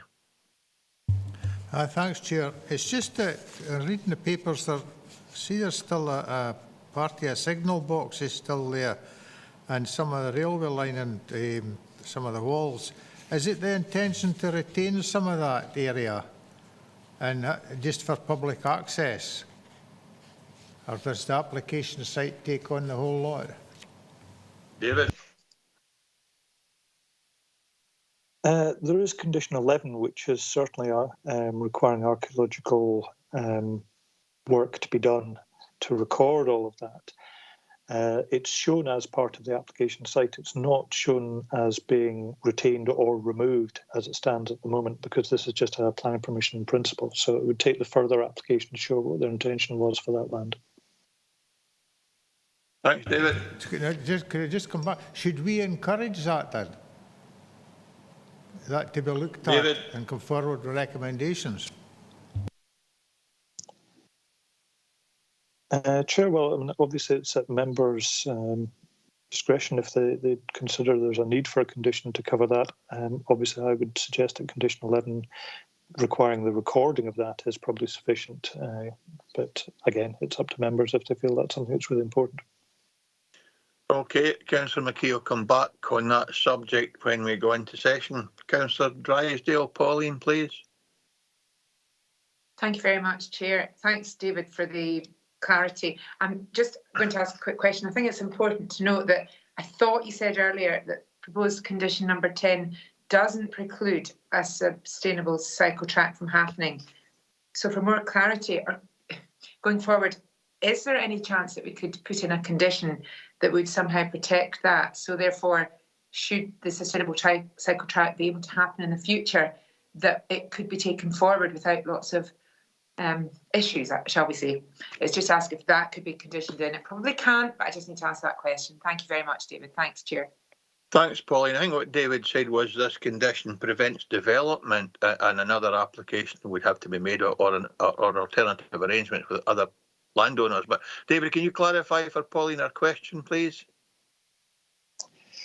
Yes, Chair, that's correct, just what you've said. And basically this condition 10 is, the way it's worded, is that the land to the southwest and line parallel with the southwest elevation of Station House shall remain unchanged and be reserved free from the development of all buildings, structures or other works for the lifetime of the development, unless otherwise agreed. So basically what that's saying is that everything from the station platform downwards to the southwest has got to be retained free from development. So that would definitely retain it effectively as a route for a sustainable transport link to come through. It doesn't, as I just said before, bestow any land ownership. That would still have to be dealt with separately. But at least it would mean what we can control as a planning committee is saying that there shall be no development on that land, which would then automatically preclude development of the route, because you would, if you had the house built over that land, then you've obviously got no chance of bringing that forward. So planning-wise, this is the best we can do to actually retain that land. Thanks, Pauline. Thanks, David. On the basis that there are no further questions for our planning officer, Tracy has 3 objections to read out. So just when you're ready, Tracy, if you could read these objections for members, please. Thanks, Chair. First objection is from John Howell. This application is contrary to LDP2 policy T5, former transportation routes. This states that there will be a presumption against any development on or adjacent to former railway routes within a reasonable prospect of being reused for rail or active transport or recreational purposes, and which would adversely affect its potential for reversion to its original use as an operational railway or convention to other transport uses such as walking, riding or cycling. The report advises that consent was previously granted for 2 houses on essentially the same site in 2018. The delegated report for this application refers in turn to a previous application in 2015. What the report on the current application does not say is that policy T5 wasn't considered in the delegated report for either of these applications. Given the fundamental conflict between the extent of the development in all 3 applications and policy T5, it seems hard to believe that the first application in 2015 would have been granted consent if policy T5 had been considered and applied. To have done anything else would have been contrary to the LDP. In turn, if the 2015 application had been refused, we then wouldn't have its approval being reflected in the decision on the 2018 application, or it being a factor in determining the current application. Given that the current application is on and adjacent to a former railway line, policy T5 needs to be fully considered in the aspect of the current application, and therefore the past decisions must be ignored completely. I note that the report does consider the potential for future reinstatement of the railway here, but not an active travel corridor as it should be. Based on the comments from the Community Council, the latter appears to be actively considered, and therefore anything that makes this harder to achieve should not be approved. There is a proposed condition number 10 which would limit building work to a line north-east of the line parallel with the south-west elevation of Station House. This would allow the garden ground for the proposed properties to be on the former railway line and therefore still contrary to policy T5. Allowing this would therefore still obstruct future provision of active travel infrastructure, as the owners of the 2 new houses would need to agree to sell part of their property. This seems very unlikely. I also note that the road response is that there is adequate space to provide parking and turning for 2 cars within the curtilage of each plot. That may not be the case with the suggested reduced size plot in the proposed condition at number 10. In conclusion, it would be better for this application to be refused as contrary to LDP policy T5. The applicant could, of course, apply for the development within its south-west boundary on the line suggested in the proposed condition number 10. The development would then not be on the railway line and therefore not prevent any future railway line or active travel provision.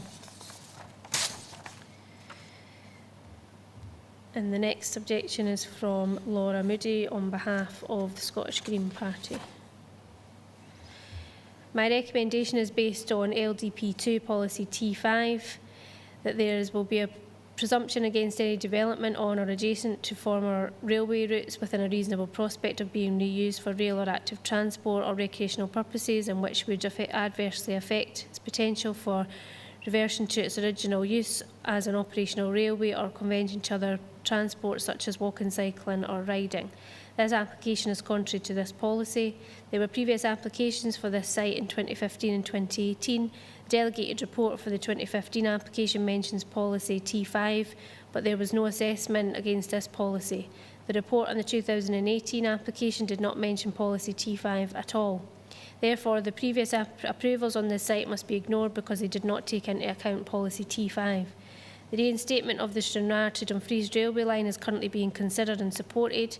The railway line through Crossmichael is part of that route, and it must be taken seriously that this former railway route has a reasonable prospect of being reused because no alternative route is being proposed. Based on the reinstatement of the Borders Railway, compulsory purchase on this former railway line is likely. Perhaps you think reinstatement at this railway is unlikely. However, you cannot dismiss the Crossmichael and District Community Council statement that the new foot cycle path from Parton to Castle Douglas, the disused railway track, would be an obvious choice. This might also require compulsory purchase of land if this application is approved. If permission is granted for this application, it could create a requirement to negotiate compulsory purchase with 2 new landowners who consider the land of the former railway line to be part of their domestic garden. In contrast, the current owner might consider the land surplus to requirements or perhaps even a liability and be happy to sell.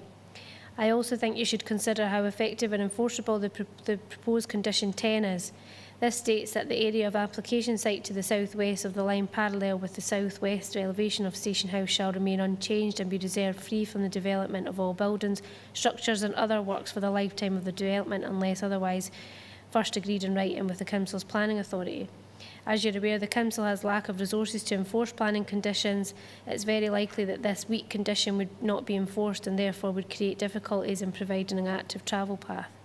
In conclusion, policy T5 should obviously be applied as this application is contrary to it.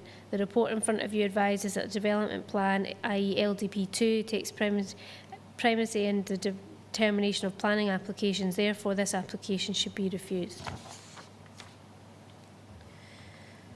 And the last one, Chair, is from Christopher Ronsdale.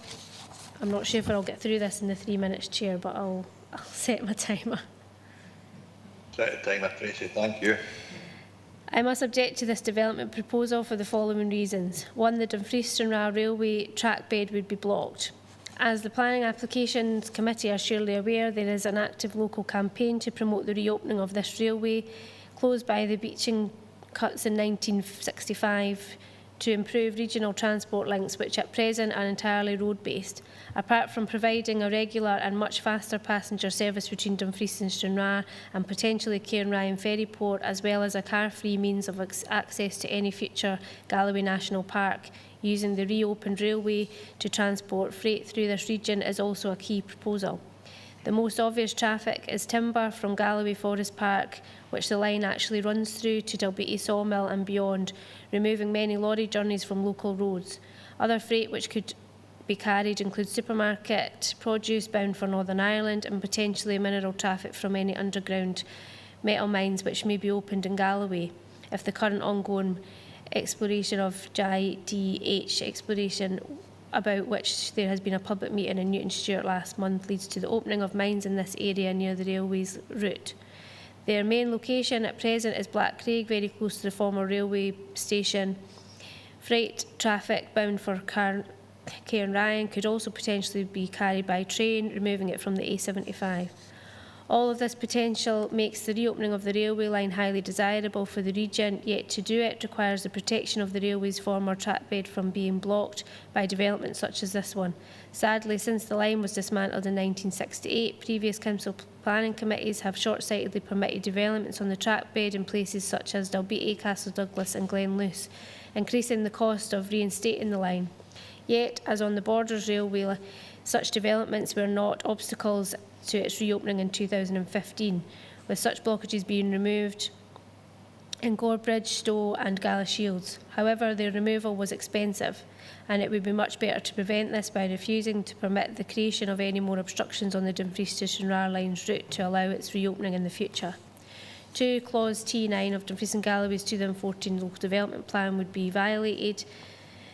In the transport section of the 2015 LDP, clause T5 reads as follows: there will be a presumption against any development on or adjacent to former railway routes within a reasonable prospect of being reused for rail or active transport or recreational purposes, and which would adversely affect its potential for reversion to its original use as an operational railway or conversion to the other transport such as walking, riding or cycling. Yet this proposal, like that put forward by Highways England to infill the Logan Head Station Bridge near Dumfries in 2020, and which our campaign had to oppose for the same reason, it would block the railway's route, would completely violate this clause, and yet initially the Planning Committee approved that as well, until they were forced by political and public pressure to rethink their initial approval. Chair, there's still several paragraphs to go, and that's me over the 3 minutes now. Okay, I think we understand what the basis of the objection is, and I'm sure coupled with the other objectors, there is clear indication or the basis for the objection. So we'll draw the line under that. And we're now in session, members.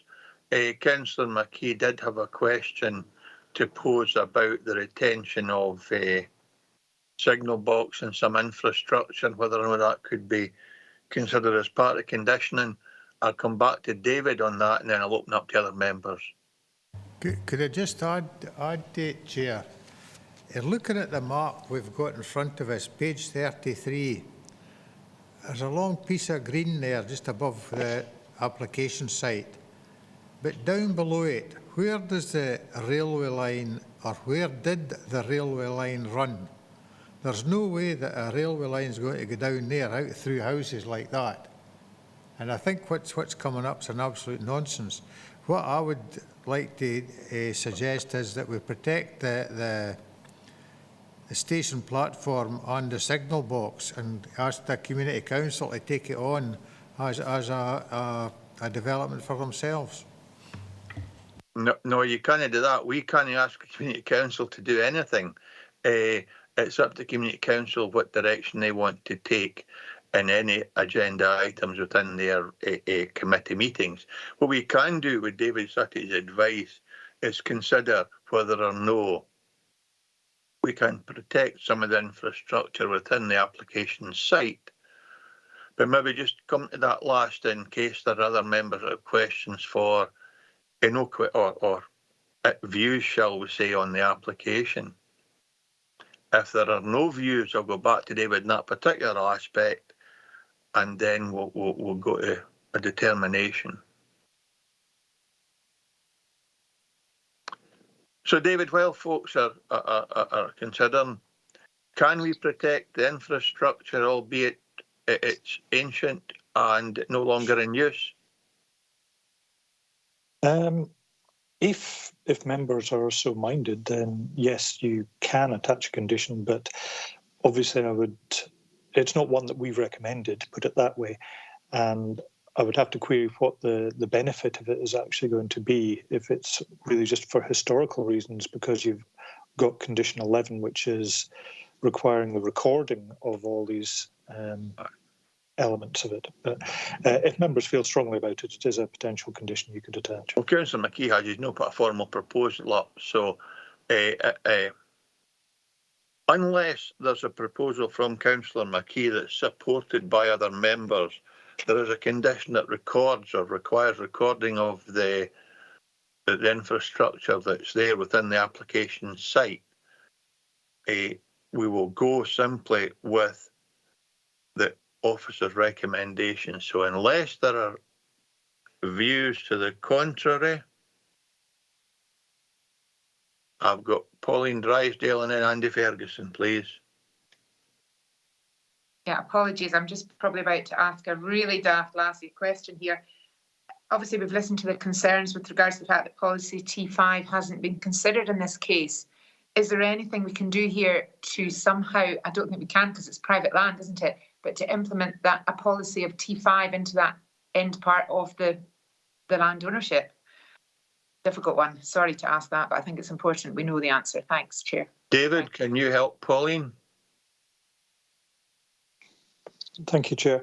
Well, just to make it clear, paragraph 4.4 on page 39, policy T5 is explicitly considered as part of this application, and also in paragraph 4.5. So it's as a result of that, we've had a fresh look at this, and we're now recommending condition 10 to really cover that. Just to make clear again, there is no tie-up between planning permission and land ownership. If you are granting planning permission today, it doesn't give anything in terms of, doesn't change the land ownership whatsoever. And anybody who is wanting to put a sustainable transport link through there of any description is going to still have to approach the landowners to get their approval for that. So the refusal of planning permission, if you were minded to do that, wouldn't change that land ownership issue either. They're freestanding. Thanks, David. Andy Ferguson. Thanks, David. Thanks for letting me in, Jim. I'm actually really worried about condition number 10 because it doesn't stop it happening. It's the last part of the last sentence in it, unless otherwise first agreed in writing with the council as planning authority. So we're not saying there will be no building on that. Actually, the door's open there for somebody to come forward in the future within the lifetime, the words here, the lifetime of the development. So they could come forward. And I think the question here for David and officers is, would that then have to go back to full committee, or would that be officer delegation? Is that within the delegated powers of the officers to actually allow that to happen, which would be contrary potentially to what this committee sets out if it was to grant? Maybe get some clarity on that, Jim?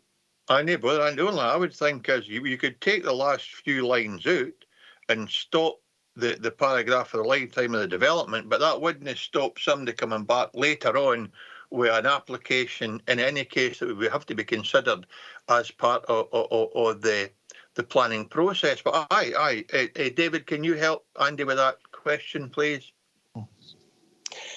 Yes, what you said, Chair, actually. You could remove that. It's what's normally called a tailpiece. The reason for putting that in there is that it's very black and white. If you're saying absolutely never in the lifetime of this development, you can never do anything else, because it could be the case that no railway proposal comes forward, no sustainable traffic route, travel link comes through, in which case would it be reasonable to actually say forever and a day that you can't have something on that land? So that tailpiece is there for that reason, to allow the flexibility. If you take it away, it is still open to anybody to apply and for that application to be considered in due course. If members would rather, by taking that last part of the sentence away, it would force the submission of an application under Section 42 or a freestanding planning application for any development on that land, which would be something that would you would have the power as members to call it into committee. So if members feel again strongly on that, then I have no problem with you taking away that from unless otherwise.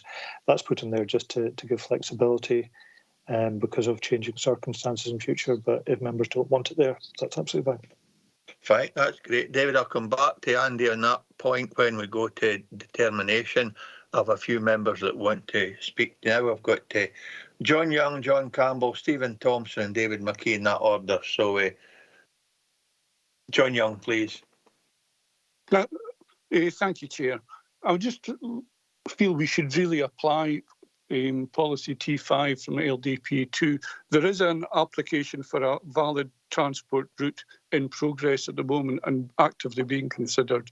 So I would ask the committee to consider applying policy T5. Thank you, Chair.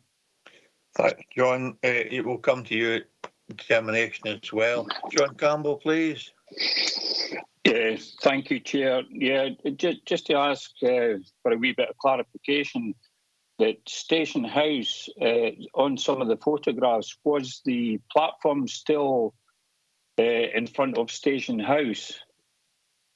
And if so, I think what Councillor McKee was talking about, yeah, that one there, yeah, I think Councillor McKee was talking about keeping that for historical reasons. And if that's the case, I would support Councillor McKee's proposal on that one, because it's a running platform by the looks of that. Thanks, Chair. Thanks, John. Stephen Thompson, please. Yeah, thanks, Chair. I mean, I think there is something there about the condition 10. I mean, as far as I read this, and from what I've listened to, we have considered T5 in that presumption against, which is why condition 10 is there, and unless I've sort of misunderstood what David's been saying. But I think there is something about maybe the last line, with permission from officers, because clearly, as far as I can gather within the report, there's a feasibility study being done, and obviously we want to be open to these sort of situations for active travel, but there's no guarantee that this will be the actual route that's the best one, but it's maybe one of a number of possible routes, given that there's already been development along other parts of that line. So, I'm fairly open on that, but clearly we should presume to prevent development as per T5, as per condition 10.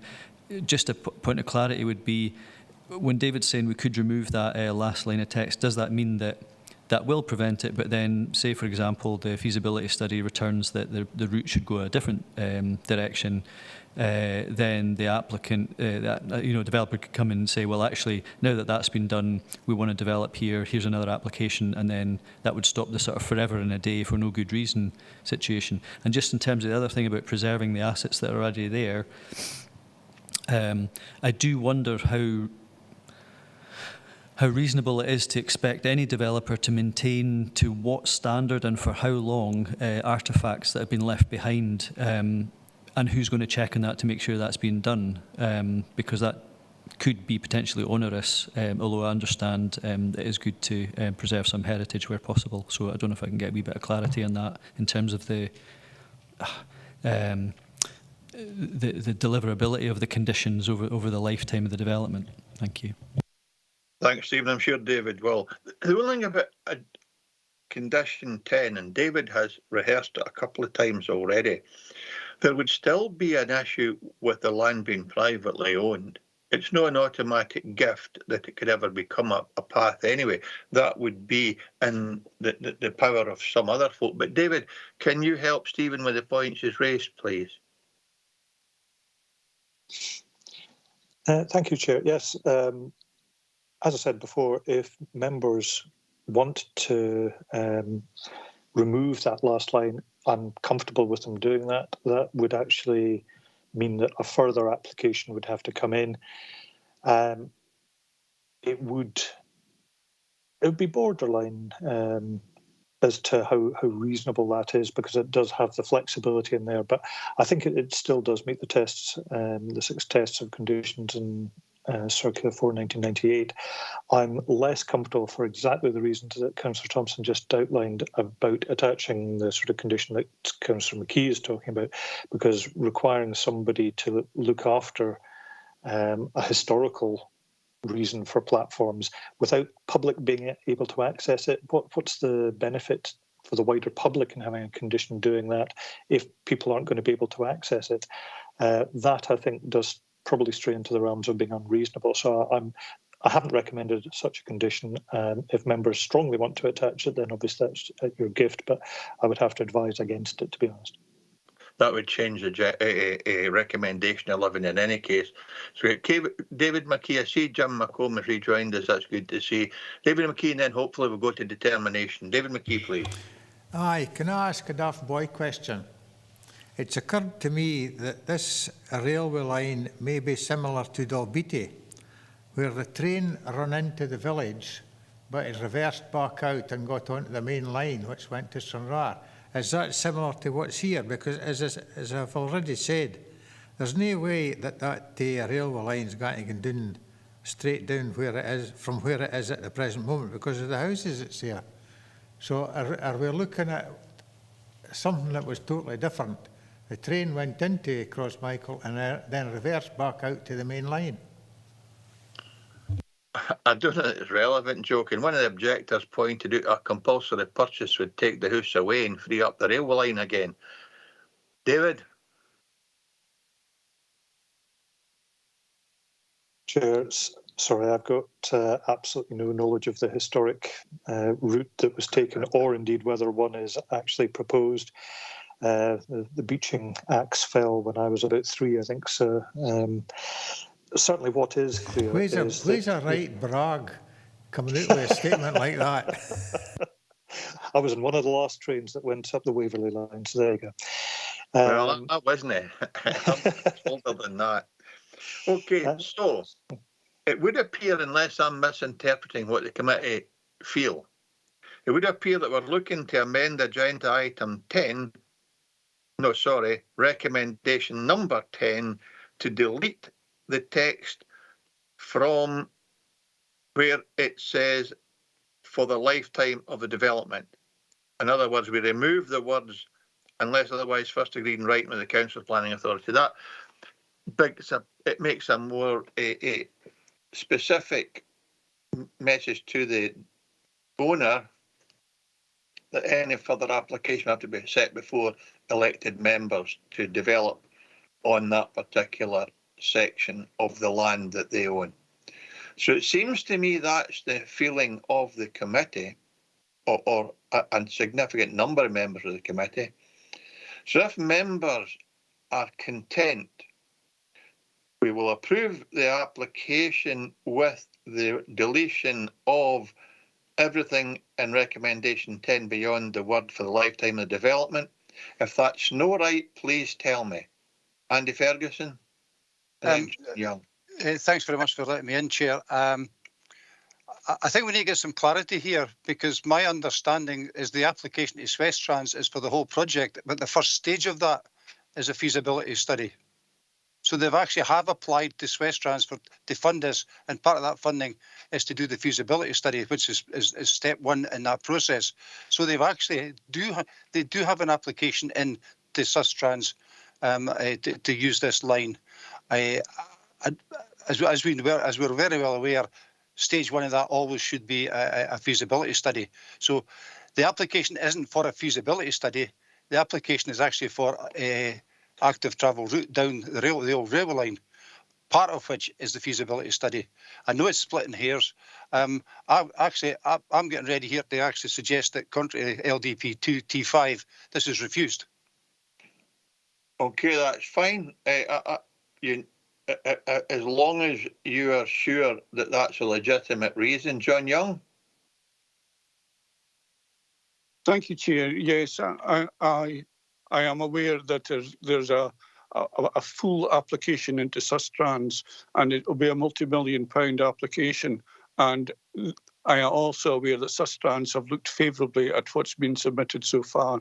So I would second Councillor Ferguson's motion. Thank you, Chair. Thanks, John. I don't think he's put a motion yet, but because are we saying that we're refusing this on the basis that something might happen in the future? No, the point is, Chair, I did actually say that I'd be keen to refusal on, because it's contrary to LDP 2T5. It's not in the future. It's an active application to Sustrans at this moment in time, so it's not in the future. But there's no outcomes, what I'm saying. But anyway, that's fine. David, is that a legitimate reason for refusal of this application today?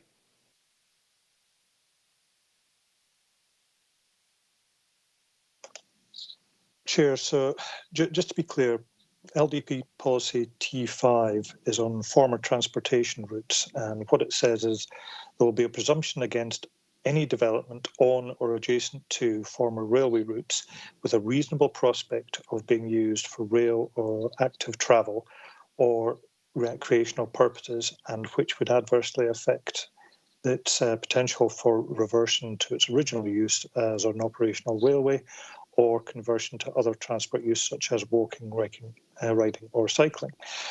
So my view here is that condition 10 would mean that that is actually protected, because clearly we have, as officers, considered T5 with this application here.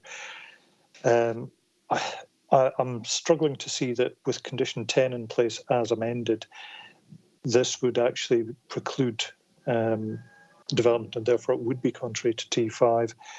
I don't know if Laura has actually been able to pop back into the meeting yet. It would be useful to have her view on that. But certainly from my perspective, I think that's a challengeable view. If members feel very strongly about it, then obviously it's your gift. You can refuse it on that basis. But yeah, I probably can't say any more than that, to be honest. No, that's fine. Can you see if Tracy can raise Laura for legal advice, if possible? And in the meantime, I have Stephen Thompson looking to speak. Stephen, please. Yeah, thanks, Chair. I would actually go along with what you'd summarised prior to the alternate being proposed there, which is to agree the recommendations with the amendment to condition 10.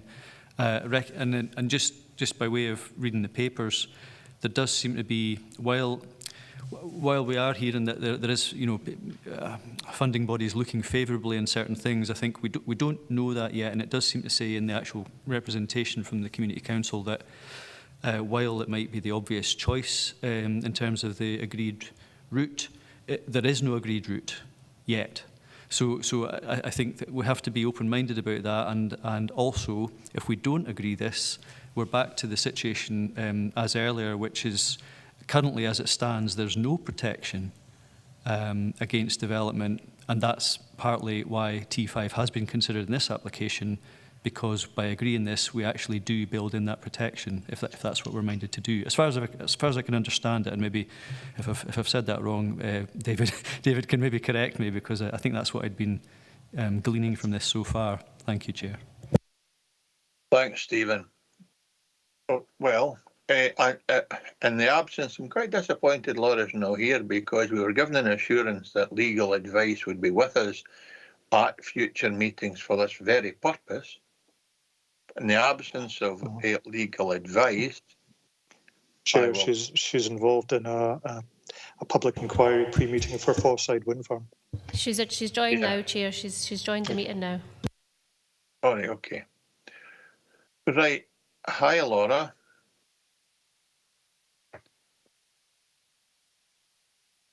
Good morning, councillors. Apologies, I'm actually on another meeting at the moment, but I understand you're looking for some legal advice on this matter. Yes, please. Councillor Ferguson has proposed on agenda item 6 that we refuse this application on the basis that there's an application to Sustrans to develop a cycling, walking and potentially reopen a railway line. Yes. And the planning officer's view is, having considered T5, that we should add a condition number 10, which would protect the area that may be developed, and therefore it's acceptable to approve the planning application principle before us. Professional advice, please, on whether or no it's reasonable to refuse this application on the grounds that another use may be found for the line at a later date, or the former line at a later date. Okay. If you can bear with me a moment, I had made notes in this in anticipation that I wouldn't be able to join. Okay, well, before you do, I'll just ask Andy Ferguson to outline his reasons for submitting a proposal to reject it, and then you can respond directly to Councillor Ferguson, and Councillor Young's happy to support what Councillor Ferguson's saying. So, Andy, if you can just outline your reasons for refusal to Laura, please. Okay. Good morning, Laura. Good morning. Good. Where I was coming from was that the condition 10 actually had a bit, unless otherwise first agreed in writing with the council as planning authority. That's not necessarily the planning committee. That could be delegated powers to officers. And there was some talk around potentially removing that part of that sentence, which means it would have to come back to planning committee if that was 10 was to be put in place. But the point I was making is that the proposal to put an active travel route down this railway line is actually in the process of going through Sustrans at this moment. It's not the future. It's not potential. The applications are there, and there's been some weight put on the fact that it's only a feasibility study, but the feasibility study is only part of what the funding application to Sustrans for this active travel route encompasses. And what I'm saying is the only safe way, right, to make sure that this is available there, and bearing in mind that it is already part of an active application to Sustrans, is that we refuse entirely. And that's where, and my grounds for refusal will just be contrary to LDP 2T5. Okay. I've located my notes that I had raised with David prior to this. And what I had noted, this is agenda item 6, yes? Yes. Yes. Agenda item 6, it's not quite, but it's almost a renewal. And so the principle of development has previously been established. What I had noted was that the statutory consultee referred to Galloway Glens Landscape Partnership and Sustran active routes, and inquired if those officers had been consulted to see whether or not how far we'd gone down on that route. I don't know whether you've had discussion on that point this morning or not. It was raised on a number of occasions, Laura, as a consideration, but officers in placing condition 10 suggest that would protect the area that would be used as potentially cycling, walking and transport routes. And their view was that was adequate for the purpose of ensuring that that particular section of land was not developed, therefore could be used, because Stephen Thompson quite rightly pointed out there's no fixed route yet, and there is no determination on the assessment being carried out by Sustrans or feasibility study. Mm-hmm. I would agree with the officer on this occasion that the use of a condition would protect it for the future. And where you've got a situation where you're talking about potential, albeit I do take Councillor Ferguson's point that they're at a certain stage with their application, it is only a potential at the moment. I don't think that would be good enough grounds to refuse. Okay. So, Councillor Young, can you just stay with Laura till we finish this debate and finish the determination? Councillor Young, please.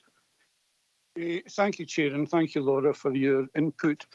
Policy T5 clearly states its potential is all that matters. We have established it has the potential to be an active travel route, and that's what Policy T5 requires. So we are meeting the requirements of Policy T5. The officers have said in their report they considered T5, and that's why they put condition 10 in, John. So what we have here is a situation where we have condition 10, which allows the development of two houses with nice gardens, or we'll leave the ground as it is, a brownfield site, which could be converted into an active travel route. And that's the difference between allowing condition 10 and refusing the application under policy T5. And that's why I supported Councillor Ferguson's wish to reject this. Thank you. And Laura's advice is it would not stand scrutiny. Councillor Thompson, and I'm going to go to determination because we could obviously debate this all day. Officers recommendations before us. Support from Laura saying it would not be reasonable to refuse based on the fact that officers have considered T5 and made a condition 10 and 11 on the basis of the consideration of T5. Stephen Thompson, and then I've got to go to determination.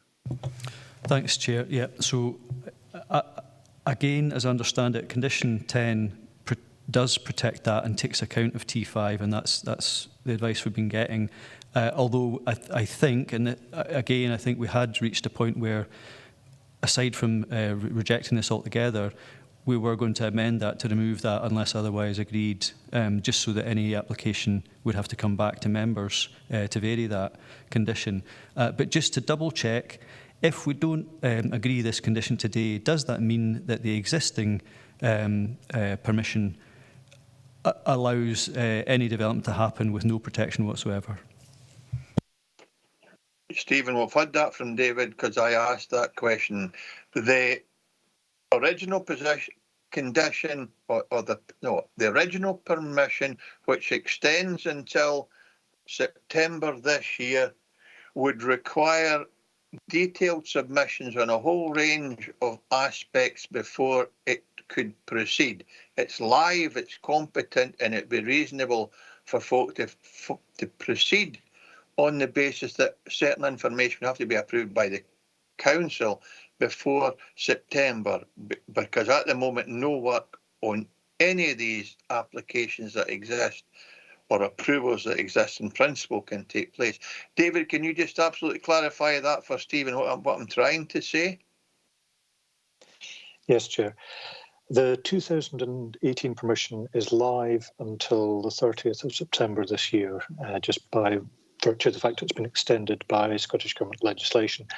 Provided an application for the matters specified by conditions comes in before that expiry date, then that will then be considered, and there's a further time period. So you have a live permission at the moment. That permission does not have an equivalent to condition 10.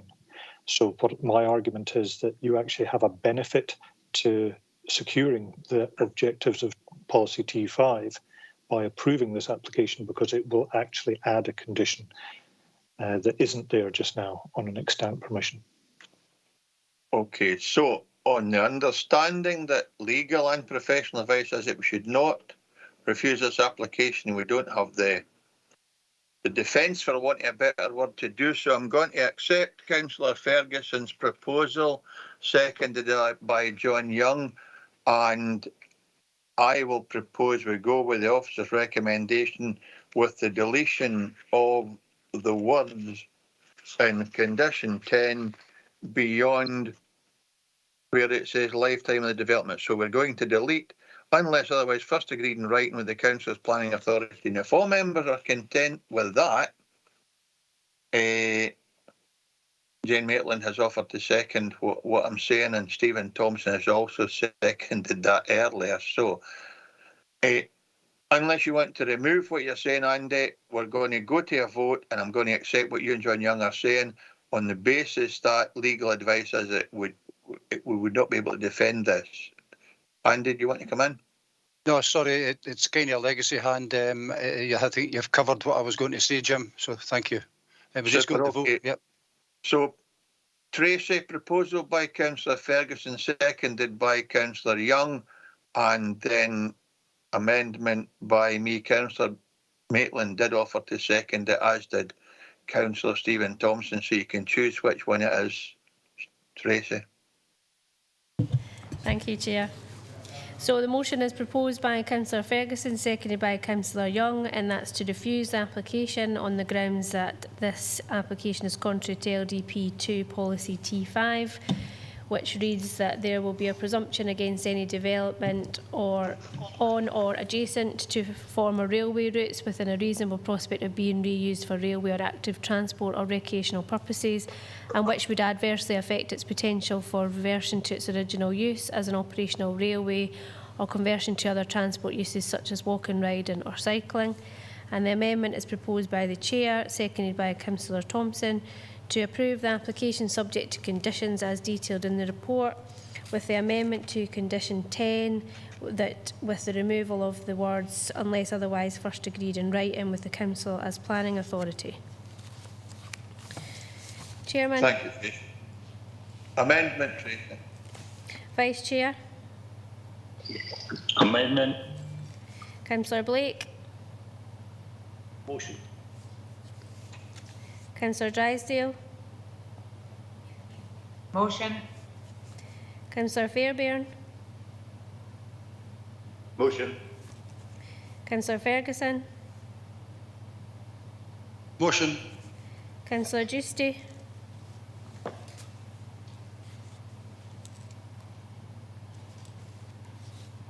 Councillor Giusti. Amendment. Councillor Hislop. Amendment. Councillor Lever. Amendment. Councillor McGregor. Amendment. Councillor McComb. Amendment. Councillor McKee. Amendment. Councillor Maitland. Amendment. Councillor Tate. Amendment. Councillor Thompson. Amendment. And Councillor Young. Motion.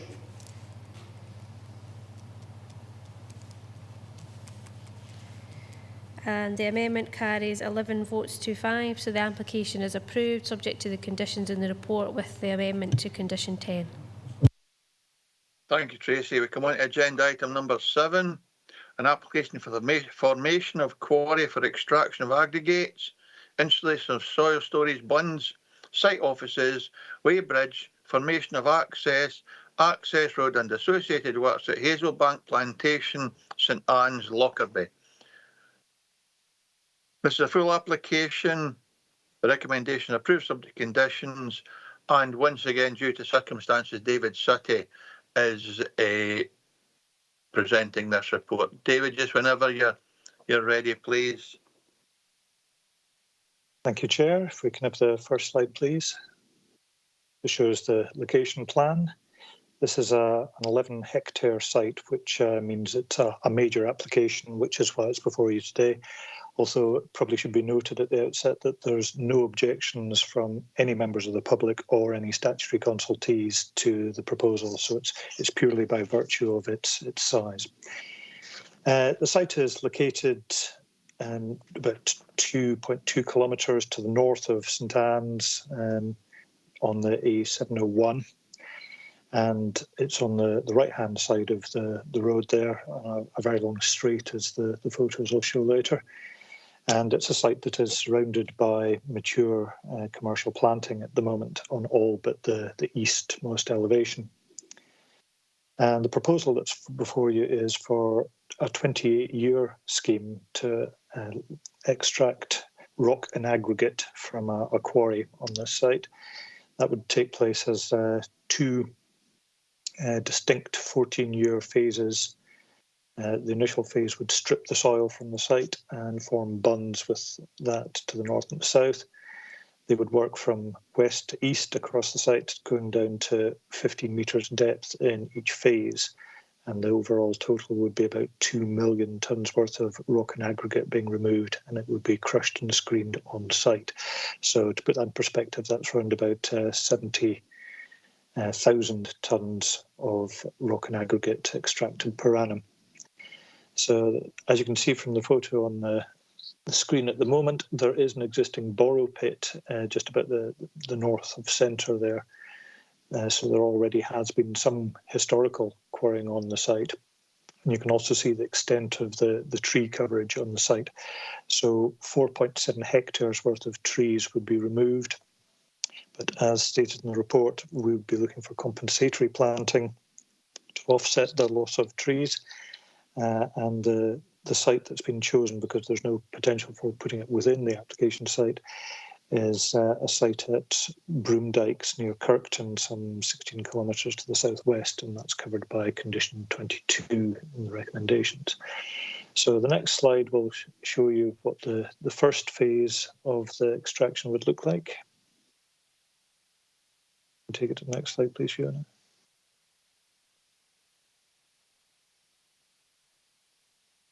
appear to be moving.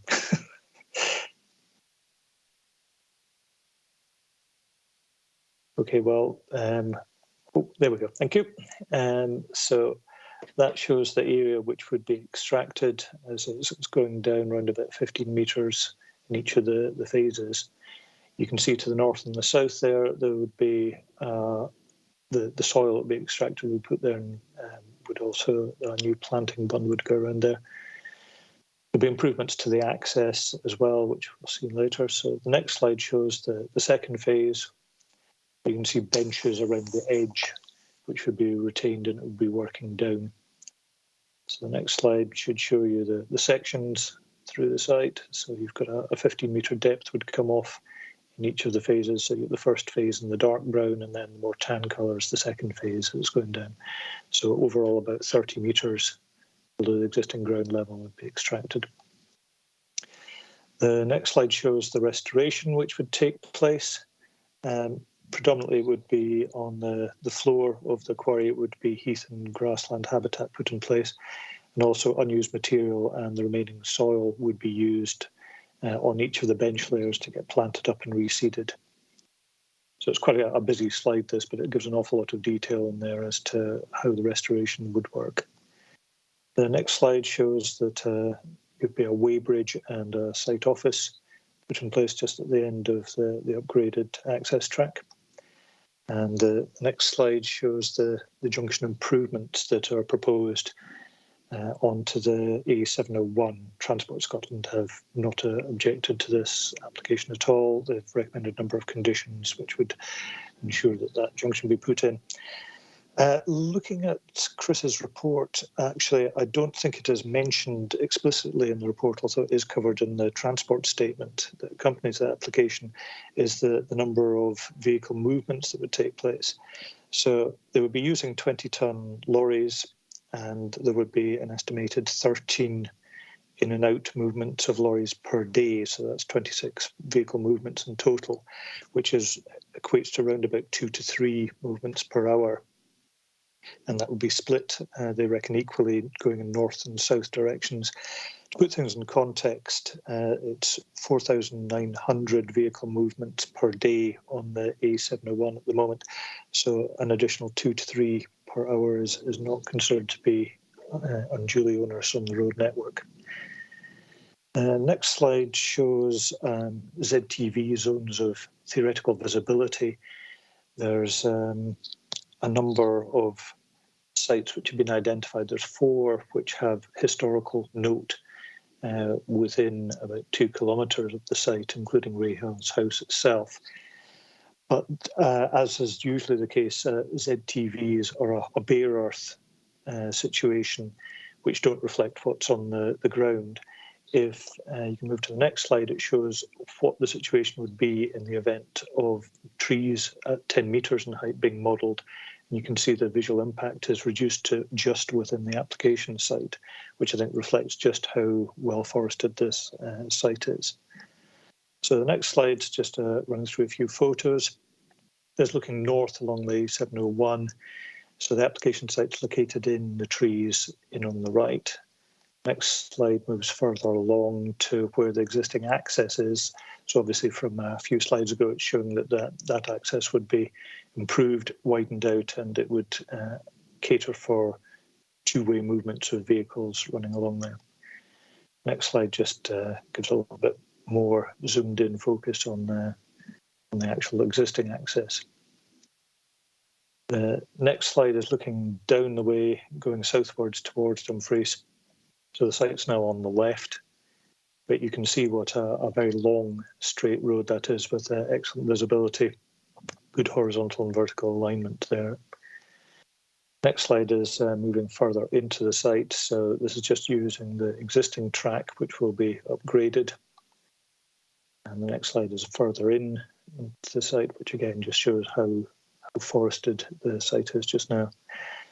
And the next one shows the existing borrow pit, which is a historical thing that's been there for a long time. So the main area would be just beyond that. Tree planting exists along the southern boundary at the moment. And the eastern boundary is the most exposed of them. but it's not a readily accessible area of land that is proposed there. And the final slide just shows the western boundary, which again shows just how well screened the overall site is. So there's a number of conditions which are recommended. Probably the most critical of those is condition 21, which is to seek a financial bond. Condition 1 and 3 cover the restoration of the site. And there's a number of other standard conditions that are normally attached to these sort of quarrying applications, including hours of operation, condition 15 to 16, conditions 10 to 14 and 17 to 20 are fairly standard conditions you see for quarrying. Transport Scotland's conditions are in 4 to 7, and condition 8 pertains to the Annandale Way in Core Path 439, just to make sure that that is protected during the course of development. So basically, whilst quarrying applications are quite significant things to deal with, this I think actually is about as good a development as you're likely to see, and as least damaging because of the remote rural nature and the fact that there's no properties really nearby, the fact that nobody has objected to it, the fact that no statutory consultees have objected to it as well, I think is an indication that this is actually a proposal to be supported. So happy to answer any questions, Chair. Thanks. Thanks, David. I have a question from Councillor Ferguson. Andy, please. Thanks very much, Jim, for letting me in. David, I've not got any real problem with this development per se. Just a couple of questions, I suppose, to satisfy my mind that we're really doing it here. I'm looking at the access onto the 701, and I see from the pictures there are significant hardwood trees up that kind of hide it if you're coming towards Dumfries. Given that is an exceptionally fast stretchy road, it's one of the only 2 or 3 straights on real straights on that road. Is there a way that some of these hardwood trees can be taken back, or has that been considered? I think that's part of it. And then the other bit is, as they go into the site, the hardwood trees there, is there going to be some way where they're going to replace when they cut their way through to make sure the lorries get in and out? I mean, basically, I'm supporting the application. It's just a wee bit of confirmation that these things are taken into account when we take it forward with the developers. Thanks, Andy. David? Thanks, Chair. Yes, certainly Transport Scotland have been consulted as part of this application and have no objections subject to the conditions that you see in the report. So, Fiona, I don't know if you can slide back to the junction improvement slide, which I think is number 57. Because that one shows the geometry that would need to go in, so that there's quite a bit of widening that is going to take place there. I'm not aware of any trees that are required to be removed as part of that, and to a degree you probably don't want to have too many trees removed near the access anyway, because they're the ones that provide the visual screening. But certainly we're not the relevant body, not the relevant roads authority here, because it's a trunk road, it's Transport Scotland. So we have to trust that their judgment is correct on this. Certainly there's quite a lot of work has been taking place between the applicant and Transport Scotland to make sure that there's a junction which is acceptable. In terms of the planting, the tree loss, certainly I'm trying to see if there's a slide that would help with that one. There's no intention. It's probably going back actually to slide 52, if you can, Fiona, 51, 52 or 53, which just show the phases 1 and phases 2. There is no intention to remove the existing trees, and indeed you can see there's a sort of V shape around there, around the access, so there'll be no trees lost there. You are talking about 5.7 hectares of trees coming out where the quarry itself would be.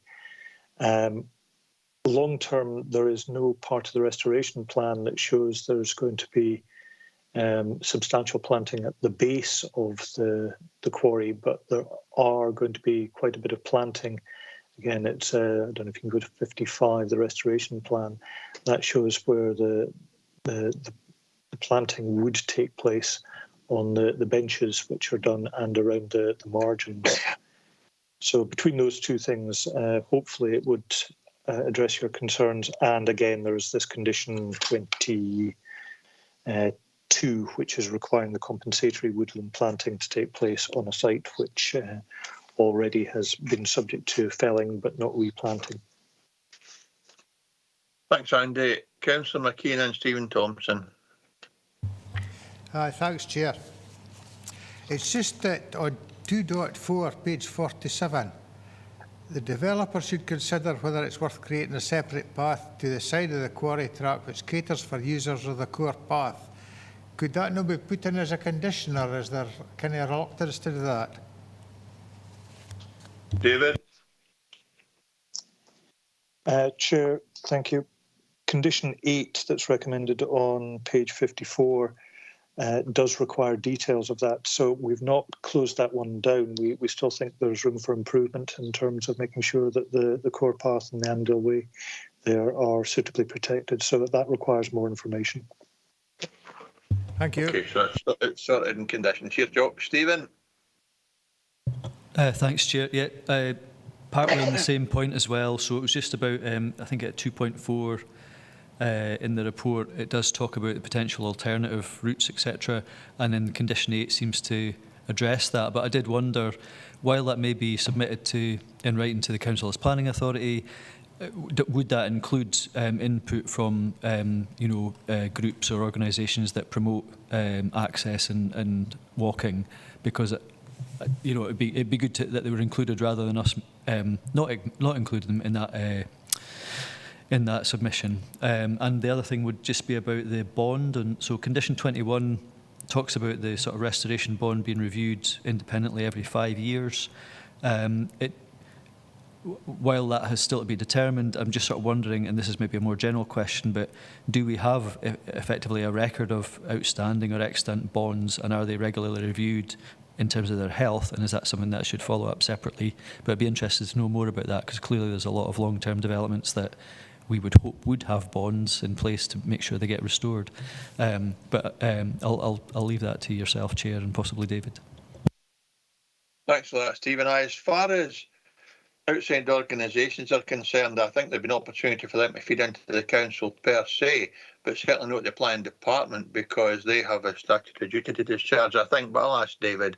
And I also, believe it or not, have a pet hate about bonds, and I worry that a 5-year window for refreshing them leaves an opportunity maybe missed, because there is a quite a significant change sometimes in the amount of money that would be required to restore a site as the years progress. But I think David has a view on that.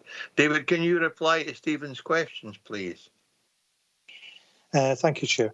Yes, certainly we would clearly get in touch with the Council's Countryside Access Officer in respect of the core path and Andale Way, and make sure that they were comfortable with anything there.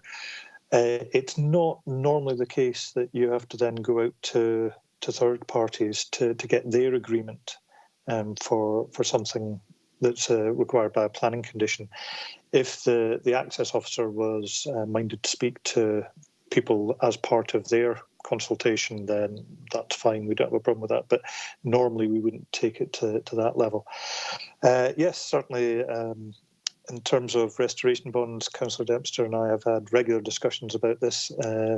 It really grew arms and legs a few years back with open cast coal, which is slightly different to a rock and aggregate situation, where there isn't really the same potential for damage to the environment in the same way visually or pollution-wise with this type of one. I was part of a Scottish Government working group that post all of that looked at the whole standard conditions and bonds for restoration, and 5 years was deemed to be the industry standard for these, because to require an annual review is quite onerous. 5 years gives a sort of medium to long-term view as to changes, and it's a more realistic prospect of doing restoration bond on a practical basis. Thanks, David. I suppose the community groups that Stephen is considering, they could feed into the core path officers, and they could then feed through the food chain, as it were, to the planning department, without the department itself becoming involved in a public consultation exercise. I've got Andy Ferguson to speak again, and hopefully we can go to determination. Andy? Yeah, thanks. Thanks, Jim, for letting me in, and thank you, David, for referring to a real Burach situation we had just now that very many years ago, and Jim's acutely aware of. I think the question I've got here it is maybe more for just information than anything else, but if there's a restoration bond applied and conditions of that, do those conditions transfer with ownership, or what happens if the company just goes bankrupt and they own the land and it becomes an asset up for public sale? I think what I'm trying to get at here is the bond then enforceable on anybody who owns that land, or just the people who are actually done the development? Thanks, Andy. I'm sure it's a kind of insurance policy, and it's left with the council, and it's on the land rather than individuals, as far as I understand it. But David, I'll give you chapter and verse. Yes, Chair, that's absolutely correct. Basically, it's the bond runs with the land, and it's effectively with the council. So in the event that the council, if the developer goes bankrupt, then the council still has the ability to call in on that money. Yeah, again, we've got a long history with Glenmucklock there, but £12 million were able to be called in for restoration there. So yes, it is very much the bond is held, and the council can then call upon it as and when required. Thanks for the reassurance, Jim. Thank you. Thanks, Andy. And you're right, I've had a long and detailed history on that kind of business, but I think that particular Glenmucklock set everybody on their heels, every local authority and indeed every organisation who established these things. So on that sort of happy note that we've got everything in hand, we have a recommendation to approve subject to conditions. If members are content with that. Agreed. Thank you. Tracy, can you confirm the decision of the committee, please? As Chair, members have agreed to approve the application subject to the conditions detailed in the report. Thanks very much, Tracy. I have no other business. Members, thanks very much for your forbearance again today and for your input. We'll see you in the next committee meeting. Thank you very much, everyone. Bye-bye.